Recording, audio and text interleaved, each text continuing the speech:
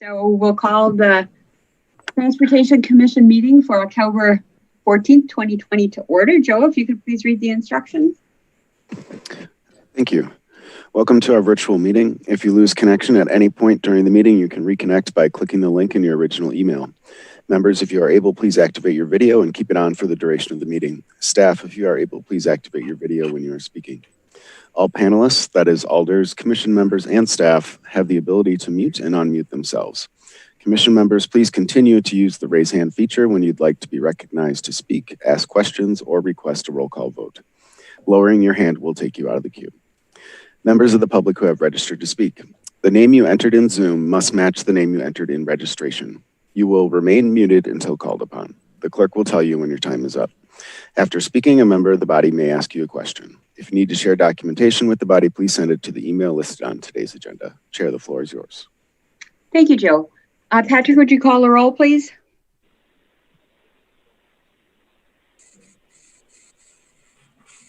You're muted, Patrick. Okay. Chris McCahill. I thought you said here. Okay. Ankovich. Here. Grant Foster. Here. Bill Bremer. Here. Ken Strite. Here. I see him anyway. I said here. Okay. And let's see. Harold said he would be late. Bridget Brown, not yet. And then, oh, and Mike Tierney.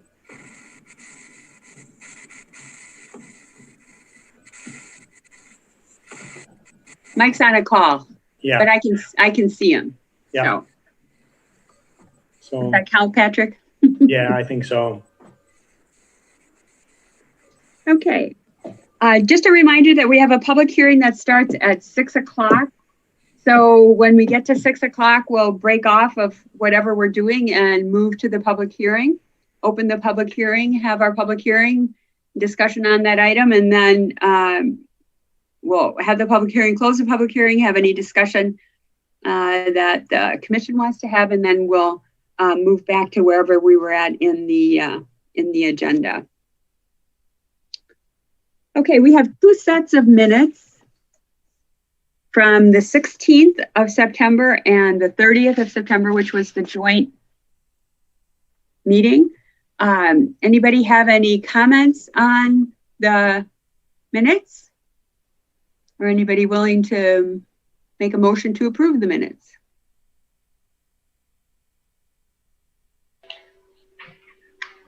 I'll make a motion to approve the minutes of both of those meetings. Okay, there's a motion. Is there a second?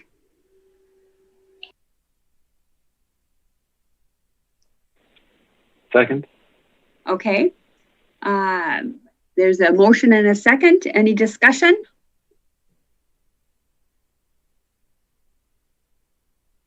I'm not seeing any raised hands. So we'll assume a unanimous consent vote approving of both those sets of minutes unless anybody objects. If so, please raise your hand. Okay, I don't see any hands raised, so the minutes are approved.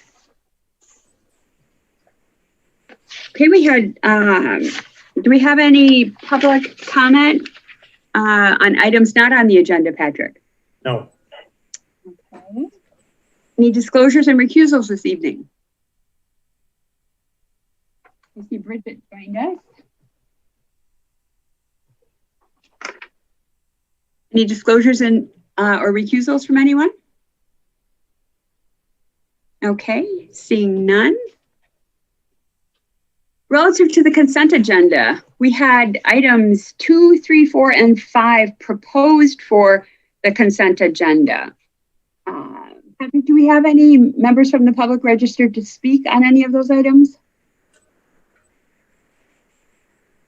No, we've got some registrants in support, but don't wish to speak for item 3.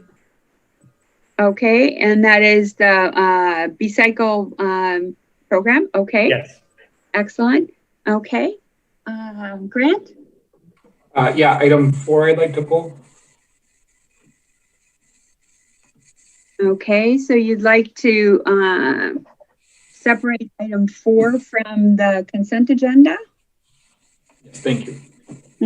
Anybody else?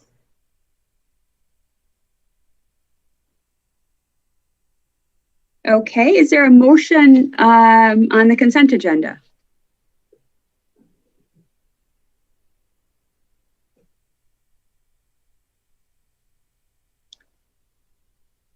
Is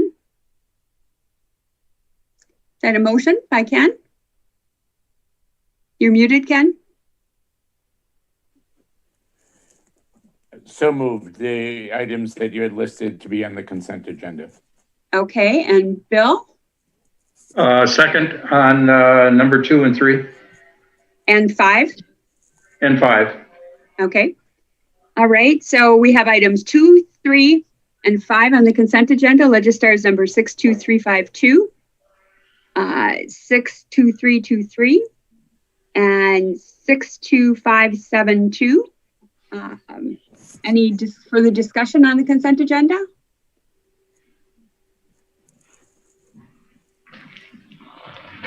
Okay, we'll assume a unanimous consent vote on the consent agenda, those 3 items, unless anybody objects. If so, please raise your hand.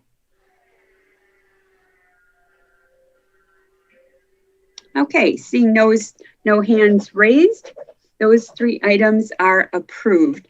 Grant, if there's no objection, I would like to move and hold on item 4 until after we take items 6, 7, and 8. And I would also like to propose that we take those in a little bit different order, that we go to item 7, and then item 6, and then item 8.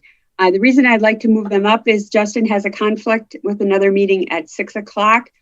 And I'd like to move item 7 up because looking at the bus stop standard operating procedures makes a lot of sense when we're looking at item 6, which relates to a new bus stop or potentially moving that around. And I wish I would have thought of that before we sent the agenda out. So is there any objection to us reordering those and then coming back to 4 afterwards?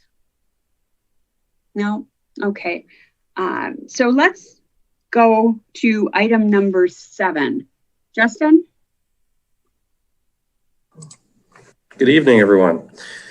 So item 7 is asking the TC to adopt a set of standard operating procedures that we've worked with several staff and TC members to develop to really add clarity to how bus stop changes are approved.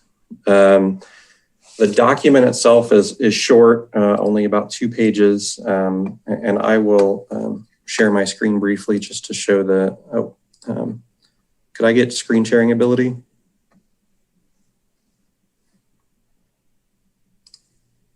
There we go. It's magic, huh? There we go.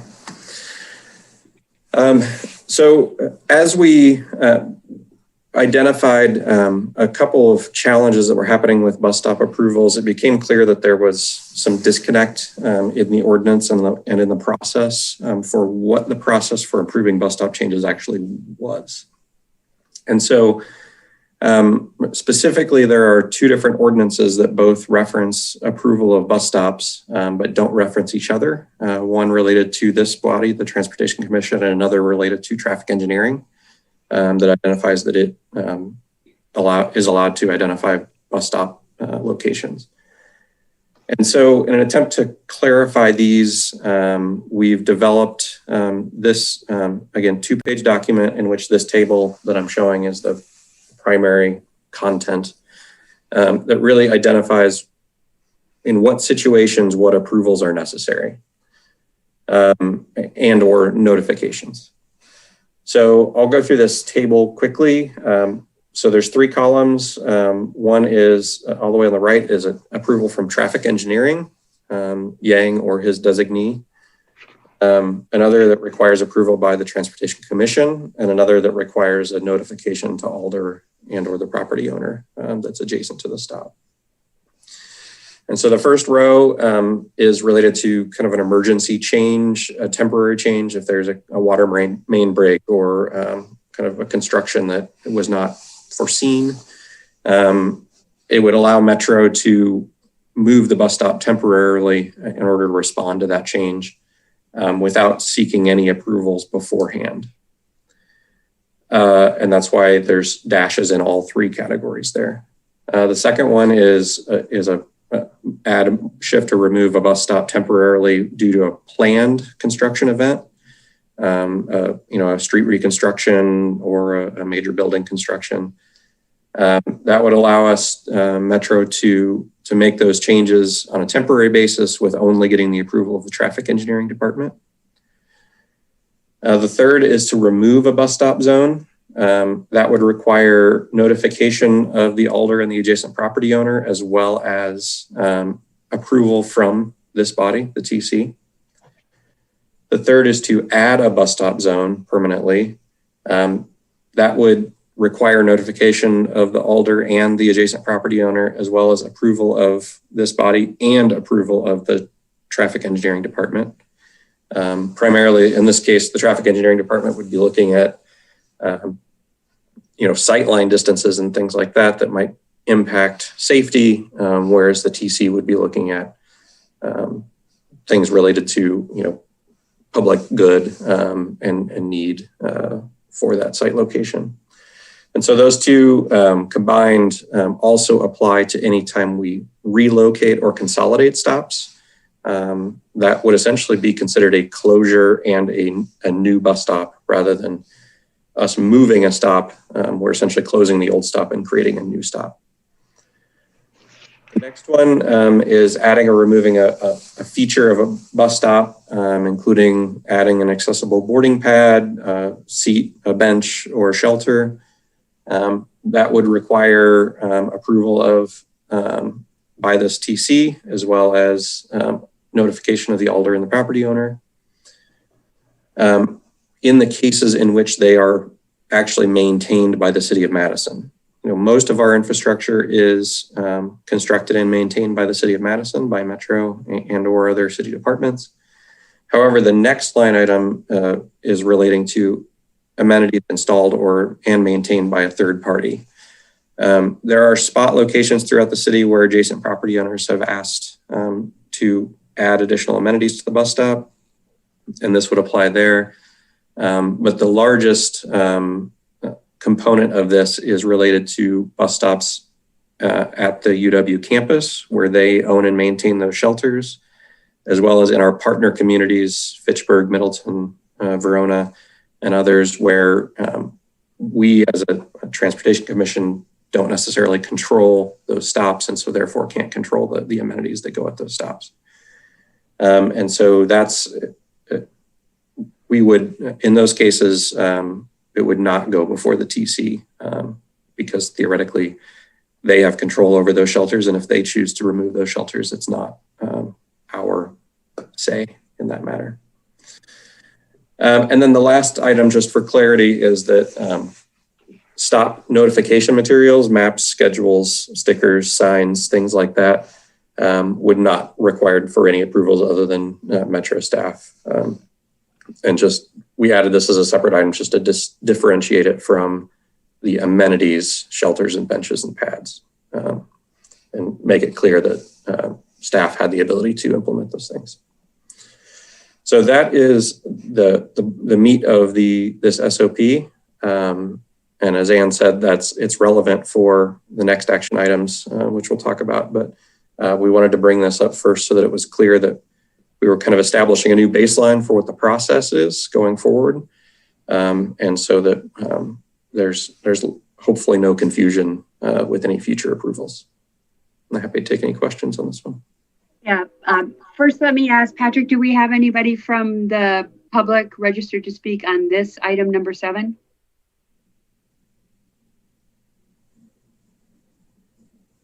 You're muted, Patrick. Yeah. Number 7? Yes, number 7. No. Okay.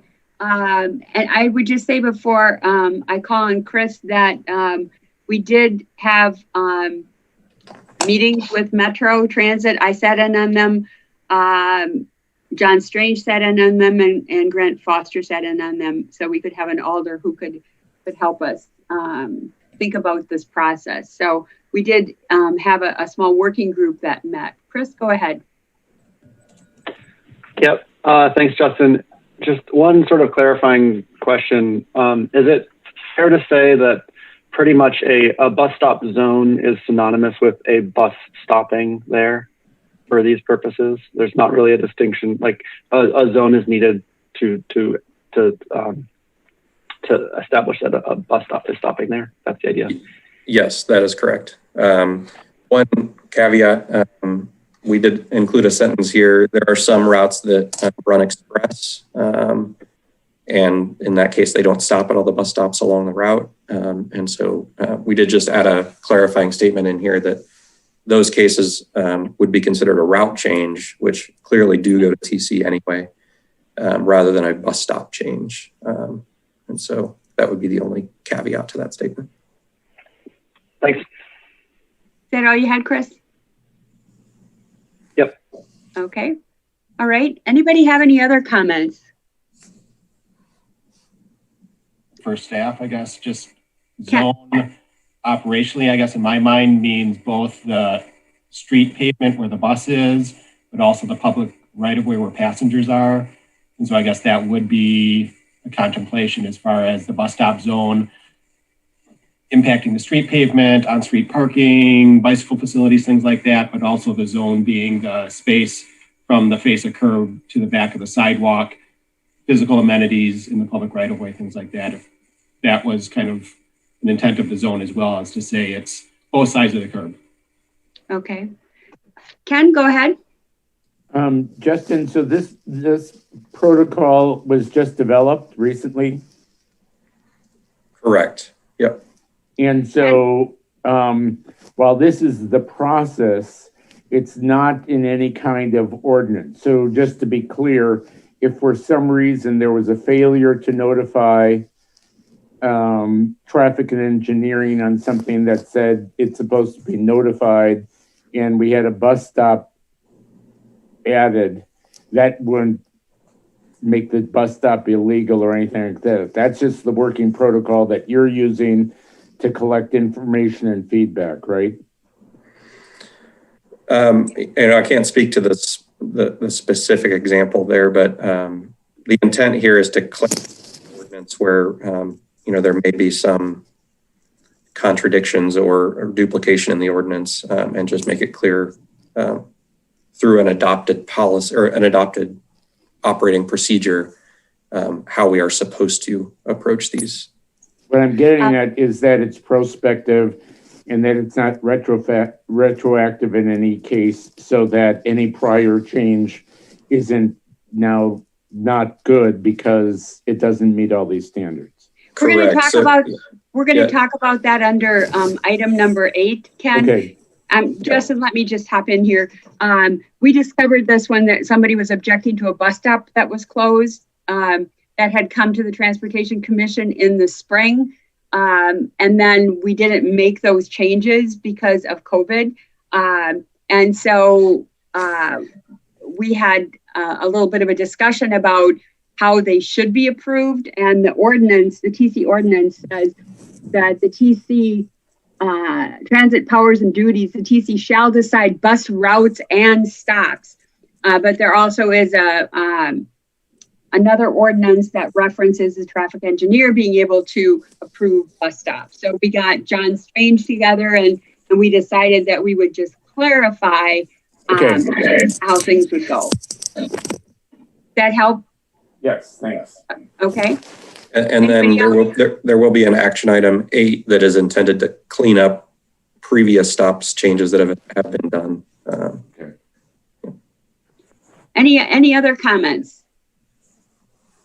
Okay, John Strange has asked us in our motion to make a motion to adopt the Metro Transit bus stop standard operating procedures. he would like us to use that language. So the commission is seen as formally adopting these standards. Do we have someone who's willing to make a motion?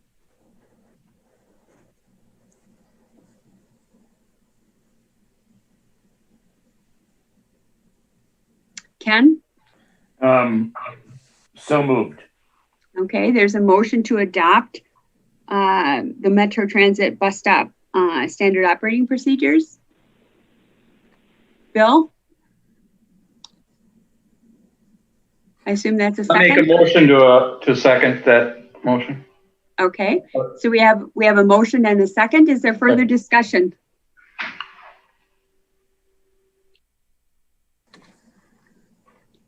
I don't see any hands raised. Any further discussion? Okay, we have we'll assume a unanimous consent vote to approve adopting the Metro Transit bus stop standard operating procedures. If anyone objects to that, please raise your hand.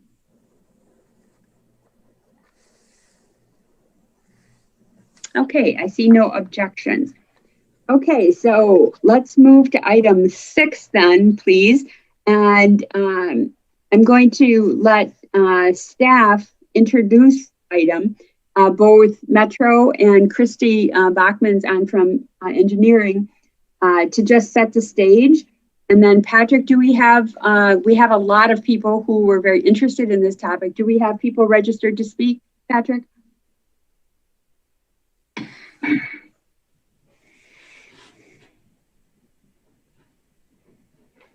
Number 6? Yes. Yes. Okay, so we'll have the introduction by Metro Transit and by City Engineering, and then we'll listen to the comments from the public, and then we'll discuss it. All right, I'm trying to share my screen. Do you guys see a overview? We do. Okay, we do. Great. So I'm Christy Bachman with City of Madison Engineering. For the last couple of years, we've been working on the design, and actually construction is nearly complete of Tepfer Avenue.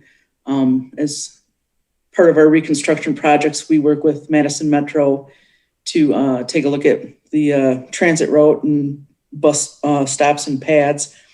So we worked with Tim and went through the notification process. Fewer bus stops were being proposed to be installed. And at the very end of the project, we were alerted that this X that you see right here is a Frank Lloyd Wright home that has several different historical designations, and we're not allowed to put a bus stop at that property. We had installed one. So we worked with the Frank Lloyd Wright Conservancy and also State Historical Society, said that we would remove that stop. And we again worked with Tim to take a look at an alternative location for that stop, which is this circle right down here, which is 449 Tepfer Avenue. And since these folks had missed out on the prior notifications, because they usually get at least a few fact sheets and then a letter from Metro, prior to construction, we made this an item at our Board of Public Works meeting. At the Board of Public Works meeting, some of the residents had attended that meeting and asked to have something different installed, which is a bit outside of the guidelines of spacing for where bus stops are usually located. So our board members asked then for this item to be referred to the Transportation Commission. So that's how we ended up here. Just to explain this map a little bit, this is Tokay, right, or Tepfer, sorry, right here. And each of these circles indicate approximately the location of the bus stops. And again, that X is where the Frank Lloyd Wright house is. And then these numbers over here indicate the spacing that is between each of the bus stops. So that's a little bit of background. I think I do have like a little more information on what's being asked by the residents. So I guess maybe we can, let Tim speak and let the residents speak. And then if you want to come back to me, I have some different pictures and diagrams and distances. Actually, if I could chime in a little before we do that. Sure. Just, this is Justin again. So just to give a little background on this, and this is going to be relevant for the next action item as well. Tim and the rest of our planning team, it has been working to make our bus stop spacing more ideal. And that's derived by a plan, I think it's the transit development plan that was passed a few years ago that identify some optimal bus stop spacing standards. Within that, it did say that bus stops were not to be any closer than 660 feet, I believe, and that there was an ideal spacing there is a ideal spacing of between 330 and 440 yards, and that so that would be roughly 1,000 feet, 1,000 to 1,200 feet is the kind of optimal spacing, and that no stop should be less than 660 feet apart. And so with that in mind, with this street reconstruction, the plan was to consolidate two stops that were previously at the streets just north and just south of this. So there were previously stops at Meyer Avenue, which is a block south of the location that we're showing the new stops to be, and stops a block north at Euclid. So the plan was to consolidate those two stops into one set of stops at Birch and overall reduce the number of stops along that route, and therefore get us to a stop spacing of greater than 660 feet, which again, according to the plans, was not to happen. And so in the process of this particular example, and that's part of, this is another reason why the SOP, we wanted to develop that, again, per the last action item, is to have more review of these consolidation locations and just more, frankly, a specific approval for where these are happening so that we don't run into these situations in the future. But the property owner in this case is asking that the stop be relocated back to essentially at the previous location at Meyer Avenue. So further south on that same block where a bus stop used to exist. However, it's my understanding, and Christy and Tim, correct me if I'm wrong, that the previous bus stop that was there has been removed. And so it would be it would still be constructing a new bus stop at that location. And it would move us further away from that optimal bus stop spacing. So that's some additional background on this particular example. Tim, I don't know if you have anything to add on this one. I mean, the only further thing that I could offer is I did find the planning document that Metro Transit used at our service development team back in January of 2019 when we did review this construction project in the context of the bus stop spacing standard document. And that graphic was constructed to show distances between the stops as they existed in January of 2019 and as they were proposed with the bus stops in the Birch intersection. So if that would be illustrative, and if I'm able to share my screen, I could do that. But otherwise, I think the background of the project has been summarized well. So Christy, if you could zoom back out just a bit. So as you can see, the proposed stop location is 780 feet from the previous stop going northbound and 1,000 feet from the next stop going north or to the north of it. And so shifting that stop south by 150 to 200 feet roughly, which is not a significant shift in terms of physical distance, it would make those gaps, roughly 600 to 630 feet from the one to the south, and then 1,100 to 1,200 feet from the one to the north. And so it does make the balance there of stop spacing not ideal, even recognizing that it is a relatively small move. And as you said, the old stop has actually been removed already. Is that correct? That's correct. Okay. All right. I think that sets a good background stage. Could we hear from the members of the public who have registered to speak, please?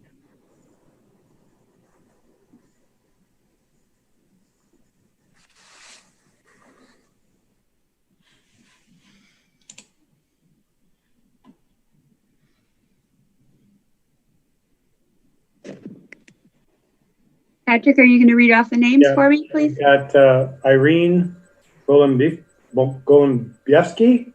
Yes.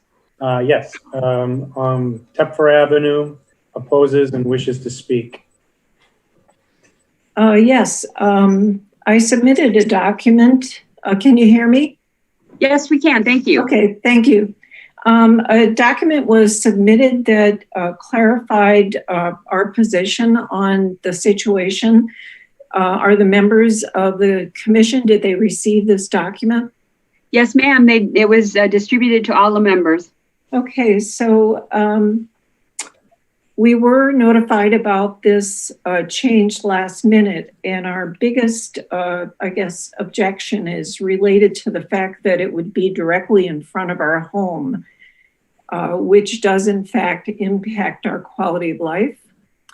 The bus stop that was just on the same block face, the neighbors and everyone close by expected the stop to stay where it was, and they're all in support of that. The homeowner that is at basically in my document, I listed 3920 Meyer, which is at the corner of Meyer and Tepfer, is in support of the bus stop being put back there.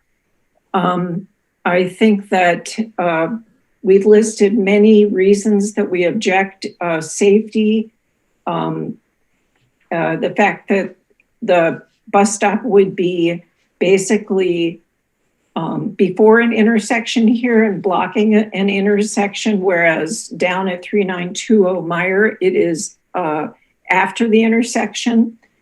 Related to pedestrian and bicycle safety, there's a lot of children that cross at this corner to walk to both Queen of Peace and Midvale School. Also, because of the fact that the Frank Lloyd Wright House is at that location, we have many visitors that come and also increase traffic because of that. The fact that this is a residential location too, it's unusual, I think, to be citing a bus stop right in front of a front door. There is the bus stop that's westbound is directly across the street. So whereas we had no bus stops before, we now would have two in front of our house.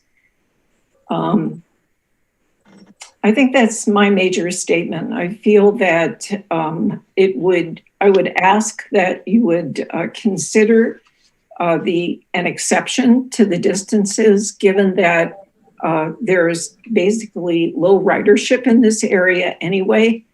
And in fact, it would have a very great impact on us as residents, whereas I think it would have little impact on the riders. So that's all I have to say for right now. Thank you. Thank you, Irene. Does anybody have any questions for Irene?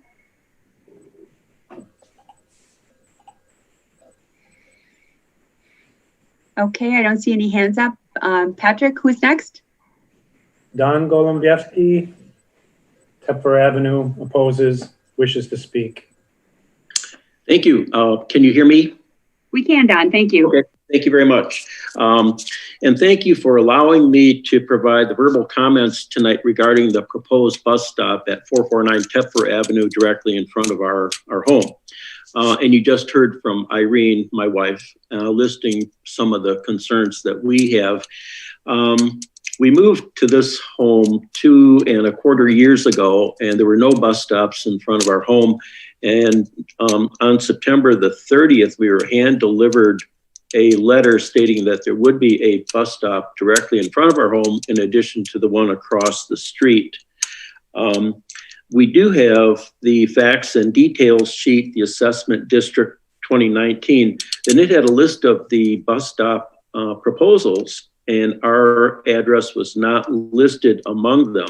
So we feel this is a pretty late addition, late change for obvious reasons. We understand those, but it was a late change that didn't take into account our concerns and give us enough time to work with city staff and Metro staff to come to a mutually agreeable solution.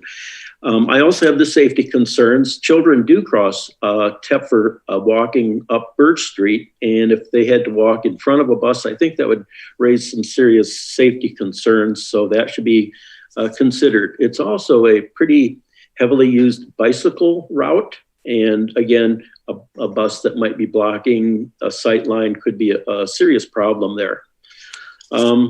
So that is an intersection, as Irene mentioned, that gets a lot of tourists and onlookers. People from all over the country have stopped and asked me about that house when I'm outside doing yard work, for instance. Again, it's a very narrow residential street, and the plan is to put 2 bus stops side by side in front of our home. And I think that that is a big impediment. The former bus stop is, according to my maybe poor use of Google Maps, but the distance is 181 feet south of our front entrance, where the former bus stop was located. And that does not seem to be an unsurmountable distance to move a bus stop back to where it was, where the current residents at 3920 are not objecting to that relocation of the bus stop in that location. So that would be our recommendation, to keep it at 3920 Meyer, or reduce the bus stops. There could be one located at 3918 St. Clair, or just keep the one eastbound stop at 3920 Meyer. And then I just have a question. The bus stop zone action that was just discussed earlier, is that a retroactive policy, or does that take effect today? And those are my comments. Thank you very much. The regulations, the ordinances that are in place have been in place for a while, at least 2 years for the Transportation Commission ordinance. The procedures are to clarify how the various ordinances work together. So I think the ordinances were in place. The procedures are new to help clarify and give direction to Metro Transit as to how to use those ordinances. Anybody have any questions for Don?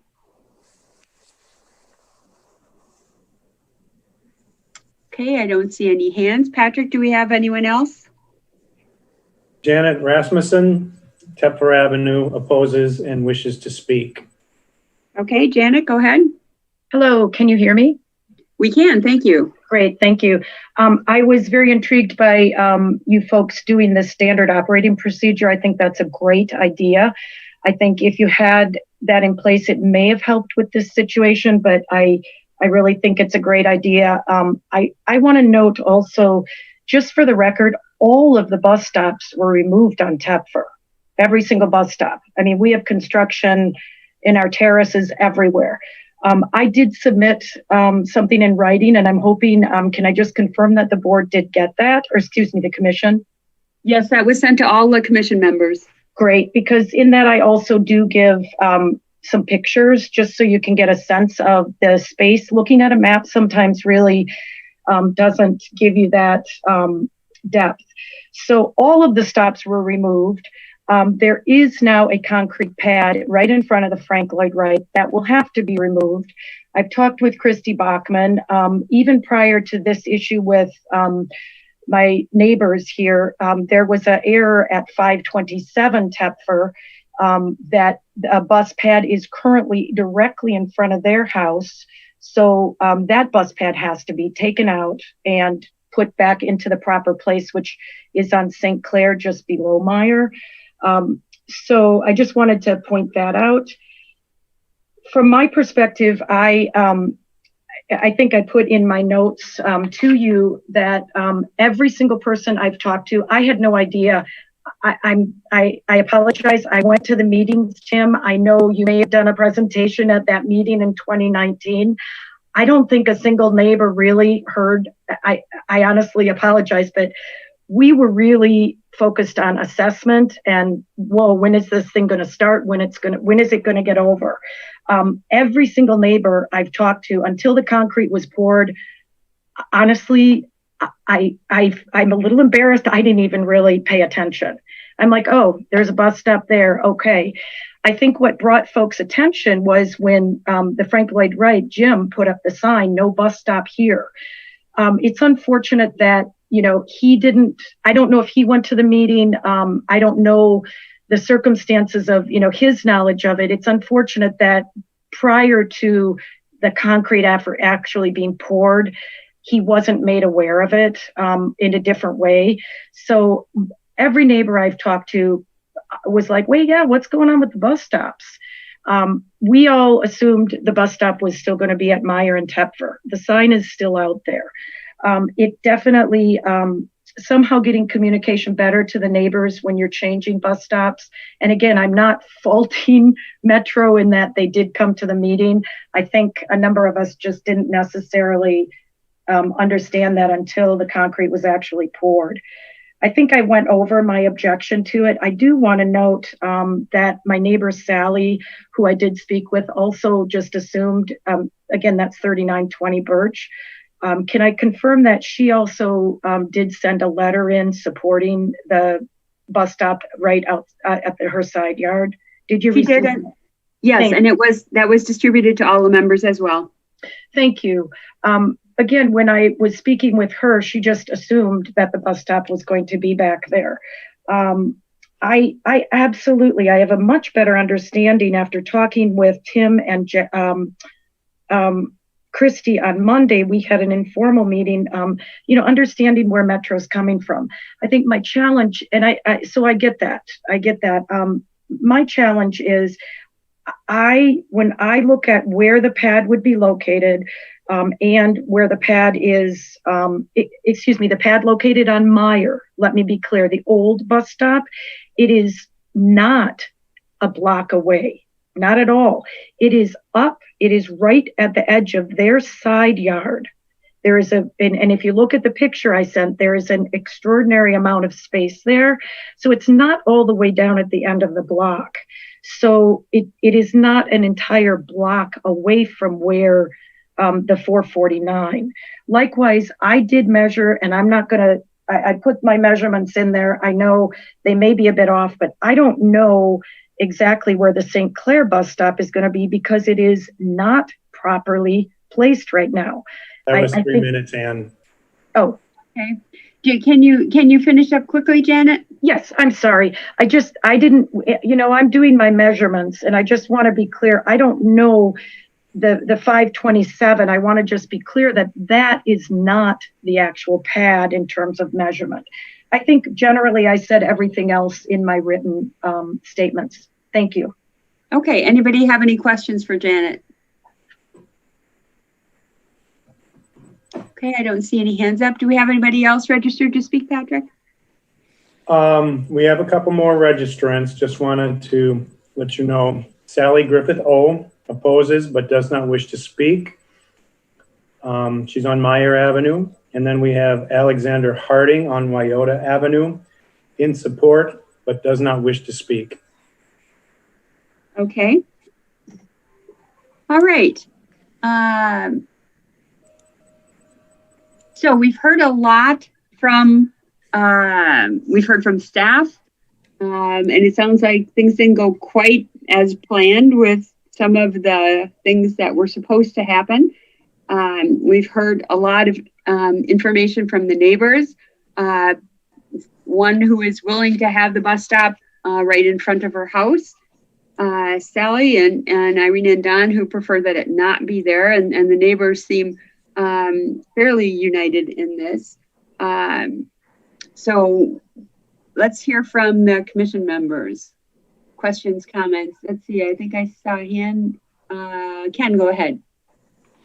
So, Tim and Justin, did we have between Tokay and the Mineral Point, did we go from 3 stops to 2 stops with this change? I'm understanding the question that if you say that there are 2 stops south end of Tepfer serving the Tokay Boulevard intersection, and there are stops either on Mineral Point Road or on Tepfer just south of Mineral Point Road at the north end of this project. Yes, historically, there were 3 pairs of bus stops internal to there. There were the stops at St. Clair, the lower third. There were stops at Meyer, which is 2 blocks north of St. Clair. There were stops 2 blocks north of there at Euclid. And then there was the 2 additional blocks to get up to Middle Point Road. So we've accomplished the goal of reducing the stops. The main people that would get a drop in service, so to speak, are the people who were is Euclid the 2nd Street south of Mineral Point? That is correct. That is Euclid that the hand is waving at.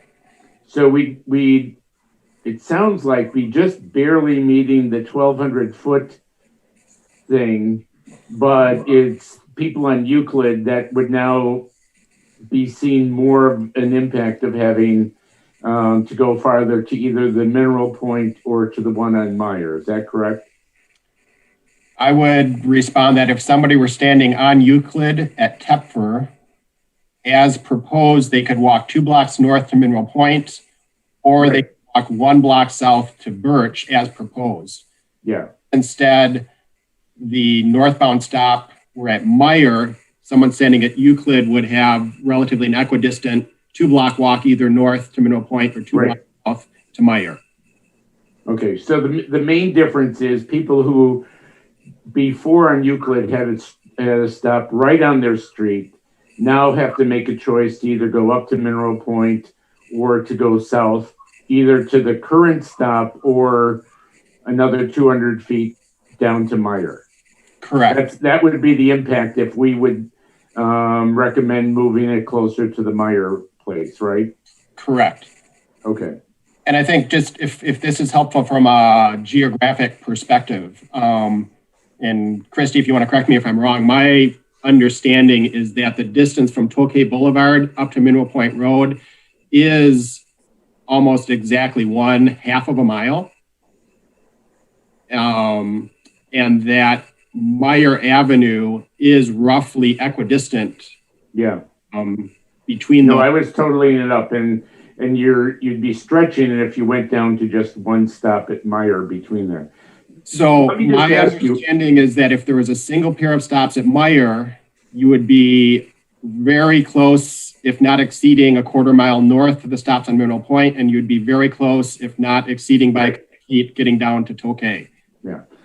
And one more thing, Tim, can you give us an idea of what were the boardings before on these places? Like what was the boardings at Euclid before Christie put in a new road? All right, I am opening up Metro's online red dot map and zooming over there as we speak. So you wanted a specific one, or should I just go north to south, south to north or something? I mean, I'm just trying to have a sense of, are we talking about a couple of dozen people a day, boardings a day in this space between Tokay and Mineral Point, or what? So the online Metro Transit ridership by stop data showed the northbound stop at St. Clair estimated at about 8 boardings per weekday on a typical weekday.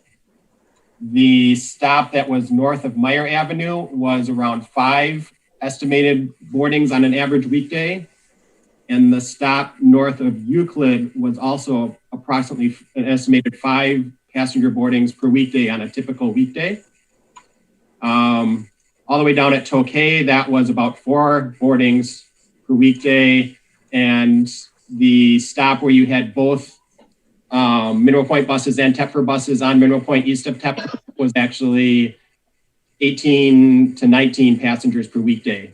Okay, that puts it in perspective. Thank you, Tim. You're welcome. Chris. Thanks. So in listening to some of the objections about the proposed location, I was sort of comparing to the existing other stops on this street. And I think, honestly, it looks like this proposed location is pretty consistent with other stops in regard to, proximity to the intersection and driveways and things like that. The only difference perhaps being that there would be a pad, which it looks like there isn't at others. So could you just explain a little bit about that decision that this stop would need a pad, and are there standards about locating those near driveways or anything? Yeah, I can touch on the pad question. So generally our intent, whenever we're installing a new stop, it does trigger ADA requirements. And so in general, any new stop that we put in would have a pad. And so, but as far as the driveway question, I'll have to defer that to Christy or Tim. I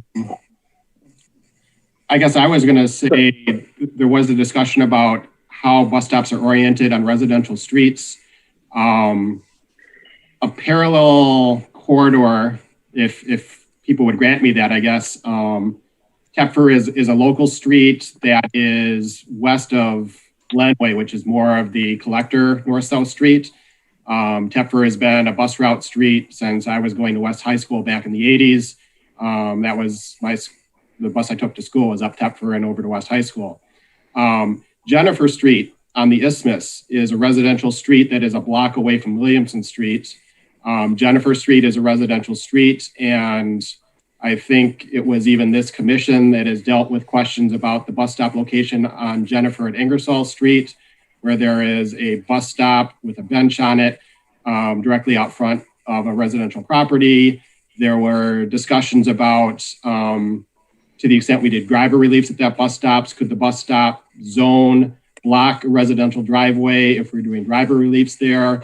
And that was actually affirmed either by the TPC or the TC at one point that yes, that Metro Transit should limit the length of the bus stop zone to have the 2 buses stop as close to the corner as possible, even though that would block a driveway, as opposed to spreading the bus stop zone out to try and space it between driveways. And so I guess that's just what I've tried to convey to the residents on Tepfer here, is that there are city bus routes on residential streets that are not collector arterial style streets. And that is how bus stops have historically been installed and even reviewed by the committees and commissions in the city of Madison.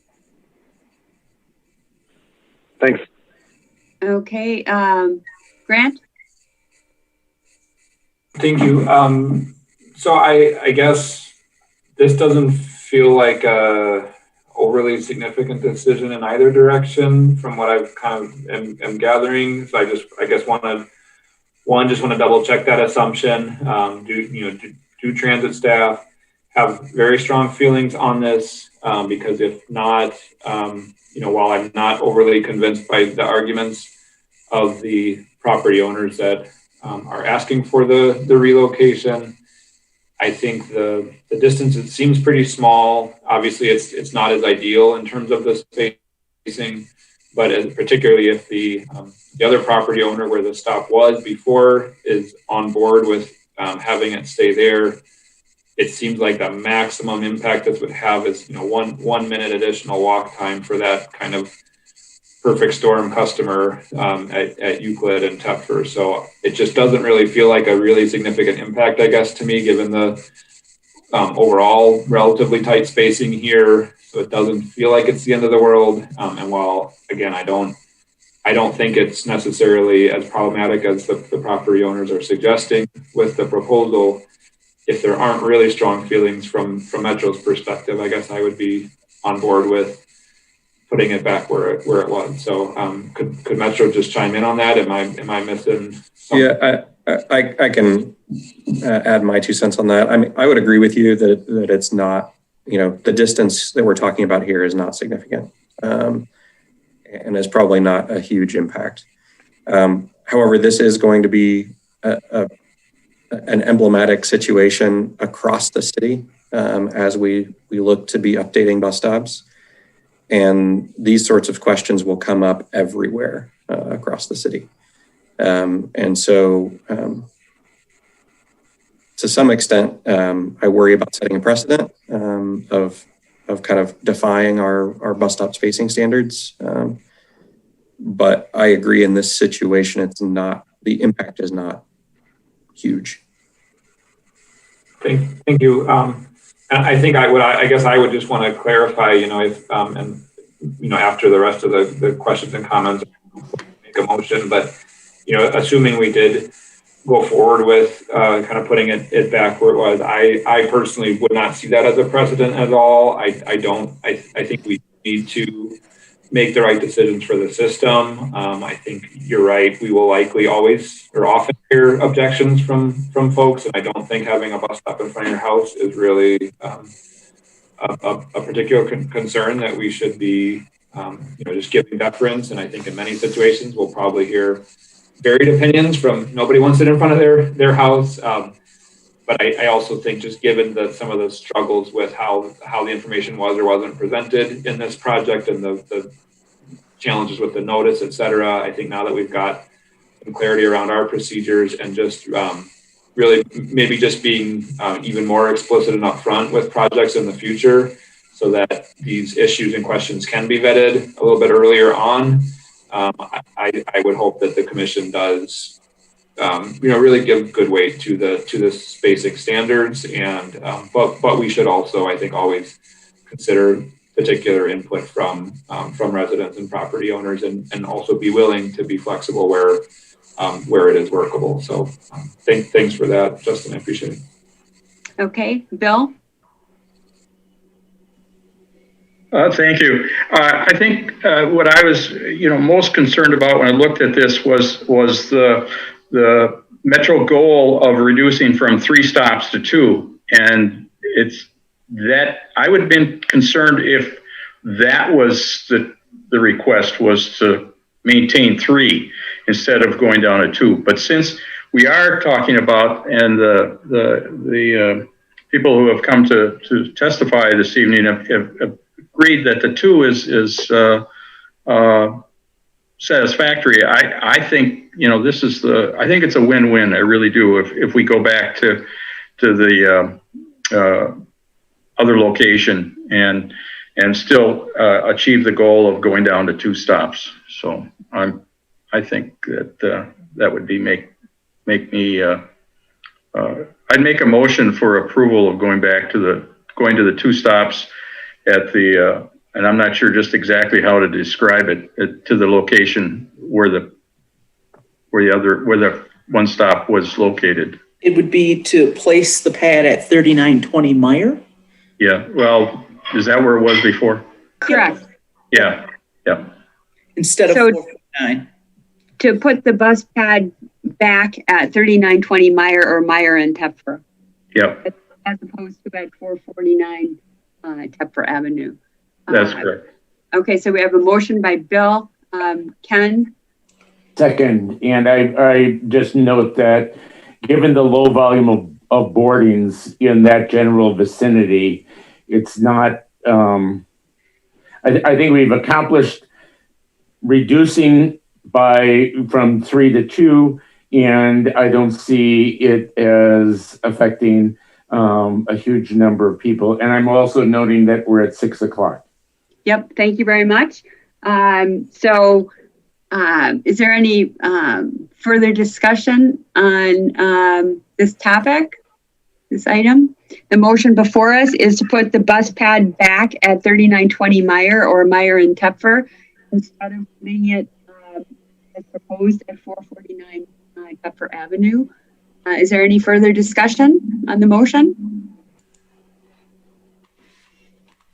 Okay, I don't see any hands, so I'll assume a unanimous consent for moving the bus pad back to 3920 Meyer at Meyer and Tepfer as opposed to putting it at 449 Tepfer. Chris? Yeah, I would like to vote no. Okay. So is Patrick, do we need to take a roll call vote, or should we just ask if anybody else wishes to vote no? Are there any other no votes? I see no hands. Okay, so we have 8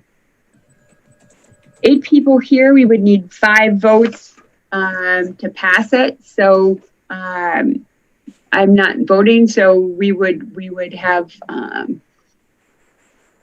6 yeses and 1 no, correct, Patrick? And me not voting. Am I right on that?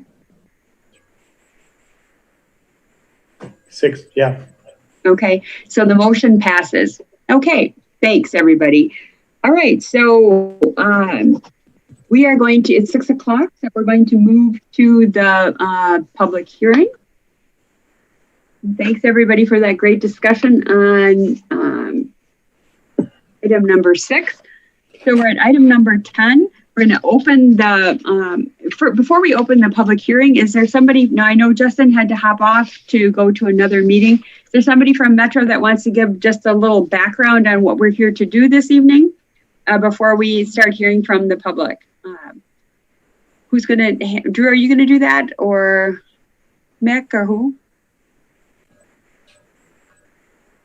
So before I jump off, I can give a quick one. Sorry, I was just about to jump off, but yeah, I'll ask Mick to kind of take the lead with anything from here. But unfortunately, I've got another meeting that I've got to come back for. But I promise you all that I will review the videotape and review the comments that are made. This is really an attempt to hold a public hearing for the changes that were made back in August to restore a portion of the service that was eliminated during the COVID pandemic. As I stated back in July when the Transportation Commission approved those changes, there was not, because of the time involved with UW coming back into session, there was not sufficient time to do a public hearing before making those changes. That is not a decision I took lightly. I very much value that public process. And so during that process, we did commit to having a public hearing after the fact, which is today, that would allow us feedback to make potential additional changes going into January. And so I appreciate the Commission's flexibility and the public's flexibility given these unprecedented times that we're in. So I look forward to hearing feedback from folks, and I'd ask Mick to take the lead from here on for the public comment. Okay, thanks, Justin. Mick, did you have any other introductory comments at this point? No, that pretty much does cover it. Okay, Patrick, I know we got a lot of written feedback, which was updated and distributed again later this afternoon. I assume we have people registered to speak? There is one. A Bob Schaefer on Cottonwood Circle, neither supports nor opposes and wishes to speak. Okay, Bob, go ahead.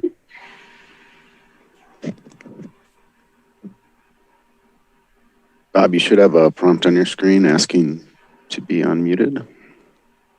I see that now. Okay. A question, is there going to be any kind of a presentation, or is this just gathering feedback? It's just gathering feedback this evening. Okay. My feedback is that I did send an email to Tom a while back after the Metro annual report was released, and I did include some discrepancies that were in there. And so that what I have in terms of general comments is that the annual report is not indicative of a good performance of Madison Metro in terms of the ridership and the number of rides per mile, for instance, is less than 1. And so I think that the number of stops that are in there based on the 2018 report, I couldn't find out where that report is for 2019, but there are a significant number of stops that had 0 boardings per day, and at least on the days that it was there. And I think that that needs to be looked at. I think that one of the other things that needs to be looked at is when you look at the fare per trip, or the is less than $1. The cost is something like $3 and something per trip. So I think that there needs to be something done in terms of having a fair variance where, yes, definitely the people who are at low income or are disadvantaged, that their fare would be a lower amount, and that we have people that I'm sure are using the bus system, possibly even with free passes, that are earning upward of $80,000 to $100,000 a year. And so I think that what we need to do is we need to look at Metro having a better financial result than what it's having now, and a better service. I live off of North Thompson, and currently the buses that are running even during peak hours here between Easttown and the East Transfer Point, number 30 route, it's difficult to tell, but on the buses that do not have the windows blocked, that there's an average of about 1 or 2 people per bus. And I think that one of the things that needs to be looked at is on some routes where you have low ridership, instead of using the large buses, that the city would go to using smaller buses, which would give a less crowded situation at the terminal or at the bus garage, and also reduce the amount of energy that's used for driving around those buses that have very low passenger ridership. That's 3 minutes, Ann. Okay. Okay. Thank you very much, Bob. Does anybody have any questions for Bob? Mick, you have your hand up. I don't have a question for Bob. I just had some more information when you're ready. Okay. Okay, do we have anybody else registered to speak? No. Okay. Mick, go ahead. And then we got a lot of information and a lot about the Route 38. So I'm interested to hear what you have to say about that, Mick. Sure. Actually, I just wanted to talk about the feedback itself went all the way back to when COVID started. So that went all the way back to March, just to give you a complete picture of everything. Planning has been making incremental changes, and Drew can probably tell us a little bit more about that, but we have made some adjustments that covered some of that feedback in there already. So we just wanted to make sure that you knew that. Okay. All right. Comments from the commission about what we have heard. And it looks like most of what we have heard has come from in written comments. Ken? Mick, can you review with us when we were doing the deleting 38. Was most of the discussion, or was that mostly pre-COVID that we were talking dropping 38? And was that sort of prompted by the university? I'm trying to remember, but I think the university was sort of saying they were sort of pressing us to drop a route. And I just can't remember how 38 went on that. Sure, you want to jump in on that? Am I muted or it looks like I'm not? Okay.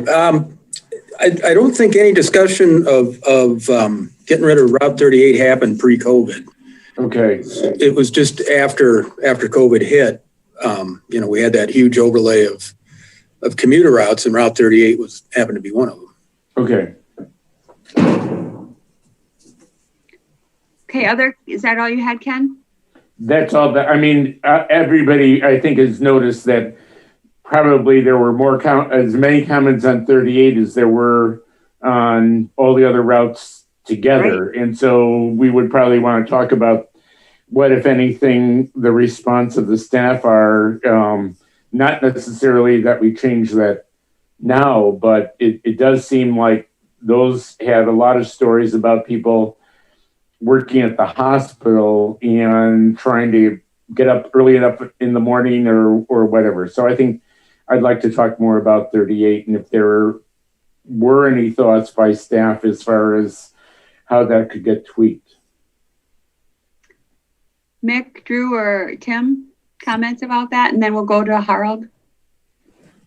What about the 38? I mean, it is clearly service to the hospital.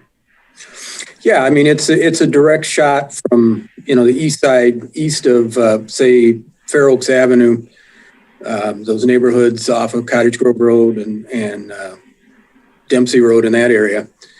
And it is a direct shot. And without the 38, people are finding that they need to ride to the east transfer point on Route 16 and transfer to the 7.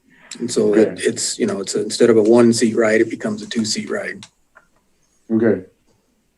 There's also the aspect that 38 does extend from the La Follette High School area at its most southeasterly extent to the hospital.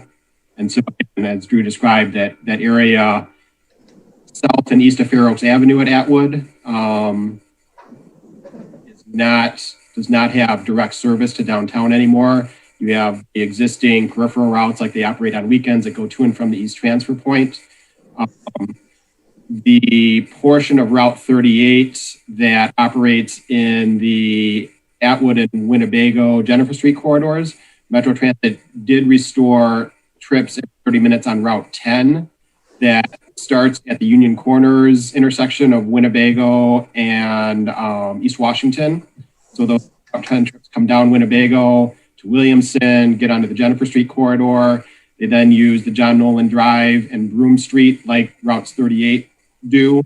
And those trips then also, they don't serve Observatory Drive interior to the campus, but they do go around the hospital on Highland Avenue and University Bay Drive like a Route 2 does, if you're familiar with that structure. Yeah. So it's 1-seat ride connectivity from Williamson Street, Winnebago Street, Winnebago and Atwood, Jennifer Street, to and from the hospital, specifically the bus stops along Highland and University Bay Drive. Okay, thank you. Okay, Harold, and then Grant. Thank you. Mick, you mentioned that some of the things that people brought up have already been fixed. And I reading through the comments, I was like, oh yeah, didn't I hear about that? That actually has been resolved. But maybe going through that a little bit more in detail, because I mean, if people complain or have comments on things that are actually no longer an issue, that would be good for us to know. We did some updates to Route 2. We added an earlier trip. We also, the recent one we did, Tim, was the Route 44. We added an early trip, if I remember correctly. Yeah, specifically in the context of the historic Route 38 service area, Drew was describing the routes on kind of that southeast side, east of Fair Oaks Avenue. The local routes that are there on the weekends are Route 16 and 31. That was one deficiency that planning staff did see in our feedback early on is that there was not a Route 16 trip that got to the East Transfer Point by, I think it was 6 a.m., which would have had connectivity to get towards the UW hospital by 6:30 a.m. And so that was a change that staff implemented a few weeks in, that we pulled a bus out of the garage a couple minutes earlier to provide that service from La Follette High School, up Turner and Buckeye to Atwood to Walter to the East Transfer Point to get in there early enough so they would meet a bus that was leaving the East Transfer Point to head towards the hospital by 6:30 a.m. So again, that was one of the things that staff immediately recognized is you could get from routes 21 and 22 on the north side to the hospital by 6:30 a.m. with those schedules. From the south side, you had that connectivity from the West Transfer Point and some of the Route 50 on the southwest side. You had connectivity to the hospital by 6:30 a.m. on weekdays, but that was that hole that staff had essentially missed, is providing that connectivity from that Route 16 service area into the East Transfer Point, like we had been able to restore from the north, south, and west transfer points. Does that answer your question, Harold? Is there anything else, Mick or Mike or Drew? Yeah, No? okay. I think, yeah, that is helpful. Thank you. And I guess the other question I have, looking ahead, I mean, what's the plan for the next couple months, 6 months, 12 months? I mean, we've seen the mayor's operating budget, which seems to imply that we're going to be stuck with 85% of service levels, but I'm assuming you still, I mean, the situation might still change. And so what's the process going to be going forward for adapting service to changing situations? I think what we've been talking about doing is hearing what you had to say tonight and hearing what the public had to say tonight, kind of go back to our planning meetings and kind of discuss all that. I think we then look at maybe some tweaks later on in the year, if it was possible, depending on what kind of changes we might identify tonight or the need for changes. And then after that, we're launching into that route network study, where if there are larger changes, we would probably look at those, the route network study. I think right now we're trying to identify some things, some short-term or some easier low-hanging fruit that we can help, get people to work, get to work on time, and just kind of some tweaks to the service that we can do to help as many people as might need it. But I think the longer term, bigger picture is to make big changes to the network study. Okay, thank you. Yep. Grant. Thank you. I'm going to take off my commissioner hat and put on my alder hat for a minute just to speak to a couple of routes. As others mentioned, the 38 received a lot of feedback. So that was one of the kind of key access routes for, particularly for the Eastmoreland neighborhood. Obviously, it provides great service to a lot of other residents in other neighborhoods as well, but it's one of just a few routes that really service the neighborhood, which if it's really close proximity to the East Transfer Point, actually doesn't have very good transit service under the best conditions. The other problem is that with the loss of the 3, that was sort of the other good route for Eastmoreland to catch to get downtown. And then I forget which one it was, but there was service along Cottage Grove Road as well that could get you downtown, which is, I believe, no longer there either. And so there essentially were sort of three ways to get on a bus, depending on where you lived in the neighborhood, to get downtown, and all of them are now gone. And so I just want to call that out because I think it is really impactful. I've certainly heard that from residents. And, sometimes when we look at a map and transit access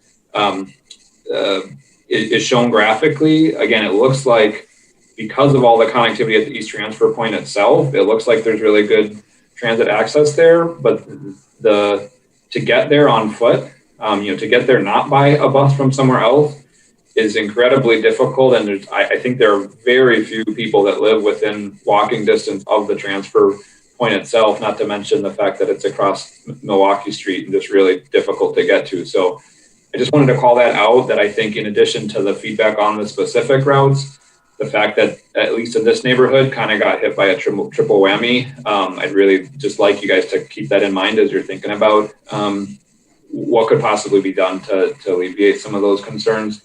And then the other thing I would just mention is, yeah, in relations to Harold's question, I mean, we just got the operating budget agency overviews at finance this week.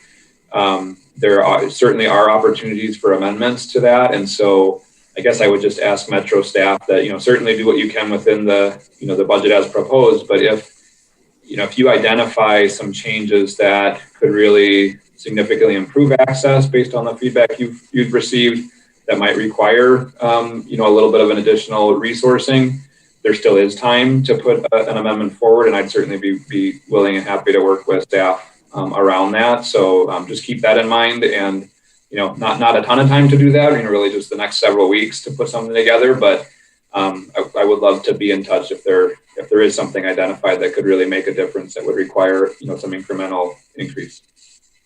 Thank you. Does staff have any comments with regard to the lack of service to that particular neighborhood? I mean, I would certainly acknowledge that with the reduced service levels, just looking at our system wrap right now, north of Aberg Avenue and the North Transfer Point, there is no direct service to downtown from north of Aberg Avenue. Only the 21, 22, and 20 routes are peripheral service in and out of the North Transfer Point from the entire north side of the city. Route 6 is the route from the Capitol Square out to East Town. And so that kind of cuts between the East and North Transfer Point as a straight line. So that's where you have direct service to the far northeast side of the city. As Alder Foster was describing, that East Transfer Point is where the routes 5 and 7 and 15 terminate. And then you have the 16, 31, 39, 32, 33, and 30 that all serve the east and southeast sides out of that transfer point. South Madison, there's no direct service to downtown from anywhere south of Badger Road in the Beltline. You have to go through the South Transfer Point for that area.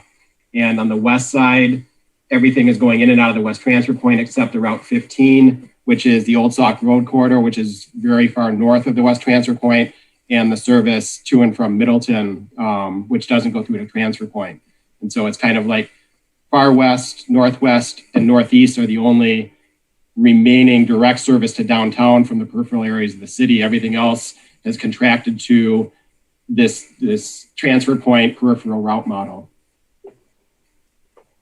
And if I could just add one more comment to that, Tim, sure. And I appreciate you calling that out. Obviously, these are not ideal conditions across the whole.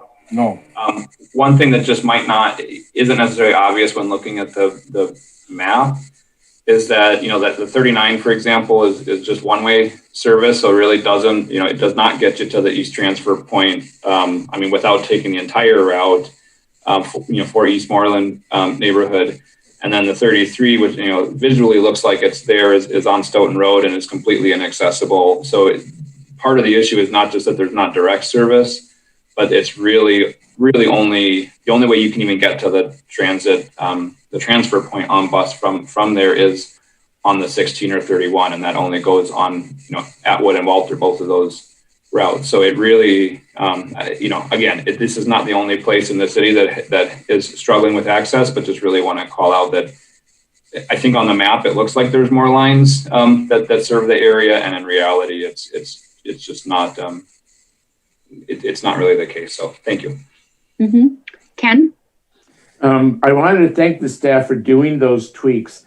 I think it would be helpful for commission members if you could, either on a monthly or bi-monthly basis, send to us a list of those tweaks. So Tim, like when you said you pulled out a bus early, and things like that.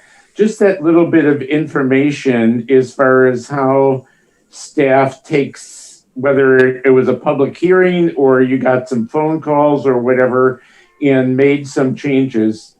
I think it would be helpful to me to just know that you're responding to people by, changing a route by 2 minutes or something like that.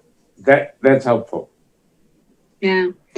Well, I think, Ken, I've heard a lot of people say that we really would appreciate Metro Transit. We always appreciate the hard work that you guys do, but we would appreciate you reviewing these comments. Lots of discussion about the Route 38, particularly because of service to the hospital, but a lot of comments that people have made. So we could, what I would like to suggest is that we ask staff to review these comments and to also report back to us what service adjustments they think should be made. But at the same time, they can let us know, well, we've already done some tweaks to address some of these things. And, since we had to reduce service in the spring. So that let us know. Yeah. So other comments? Harold. Thank you. Yeah, just quickly, one of the other routes that received more comments is the 28. Can you quickly say something about that? I guess I could go ahead. The Route 28 was a route that started in the North Transfer Point in the morning and operated west, very similar to the Route 2 service through the Isthmus. The differences of the 28 is instead of where the 2 goes up Hamilton Square and then down State Street and Old University Avenue to Highland Avenue, go around the hospital, the 28 service would bypass the Capitol Square on Johnson and Gorham, and then would actually serve the interior of the campus along Observatory Drive and either terminate at the hospital. Some of the commuter trips would go further west of there. And so again, with the limited resources, Metro has kind of looked at Route 2 provides the 1-seat ride from those Route 2 and 28 bus stops from the North Transfer Point through the Isthmus, and does continue to provide that 1-seat ride to the bus stops along Highland and University Bay Drive at the hospital. And it provides additional connectivity all the way to the West Transfer Point as a Route 2 service. And so that was where we're just looking at, if the 2 is out there, we were looking at the service hours of the 2. That is one of the routes that, to my understanding, our operations staff have been looking at putting what we call road buses into service, where that if we were meeting or exceeding what the policy capacity was at that time, whether it was 15 or 20 passengers, that they would be putting a road bus out there to assist the capacity of a given trip on the 2 service. But again, because those routes were so parallel with each other, it was not the primary place that we were looking to put the resources, to the extent we already had resources in much of the same corridor, if that makes sense. Yeah, no, that's very helpful because, yeah, I mean, some of the comments mentioned like, oh yeah, sometimes I would take the 2, sometimes I would take the 28, but now the 2 is more crowded. But I think you mentioned that may have been addressed. So that's good. Thank you. Okay, any other comments? Okay, then I would just ask the Metro staff to please carefully review all of the comments, particularly those that we've discussed this evening with high visibility on the Route 38 because of the hospital access, and come back to the commission with your thoughts with regard to any proposed service adjustments to address those issues. And at the same time, please bring back, as Ken suggested, a summary of some of those adjustments or tweaks that have been made, because I think it's great to establish and show people how responsive you have been to try and accommodate where you can. Okay, Kim? we will do that. Yep. Yes. Yep. If I could ask just a clarifying question. So you're manually raising your hand? I'm sorry, I'm just like I'm in school, sorry. That's okay. Alder Foster had brought up the Route 39, which, yes, I acknowledge it's a one-way loop that for the service area along Dempsey and Cottage Grove, you're boarding at the start of the loop and going 20 minutes around the loop to get to the transfer point. If I believe Metro Transit had some service change proposals related to Route 31 and 39 a couple of months ago. And so I don't know if any of the commissioners remember the context of those changes, if that would be an appropriate response to perhaps revisit those and looking at how my recollection of those proposed changes were trying to get better service into that Dempsey Cottage Grove intersection area by changing the 31 and 39. But if that was, I forget if it was pulled or not approved, but if that is something staff should go back to, or if we should be looking at other alternatives. If there's any input from commissioners, if they can remember that. If I recall, and Drew helped me out here, I believe that was, is that the one that was removing service to the Owl Creek area, and many folks were opposed to that because that had been viewed as such a good move. Grant, did you have thoughts about that? I think it impacted the La Follette High School area. It was like, we're taking Route 31 where it serves Flom Road and La Follette and was shifting it more towards the Dempsey Cottage Grove Road area. Oh, okay. I do remember that feedback, yes. But again, that's where I'm just trying to figure out if we're trying to address that service area that I understand Alder Foster to be describing. Do we go back to that proposal, or is that just a non-starter? Do we have to think of something new? Yeah. Yeah, I can't remember if it, oh, sorry. Yeah, I don't remember if it was that one or if it was the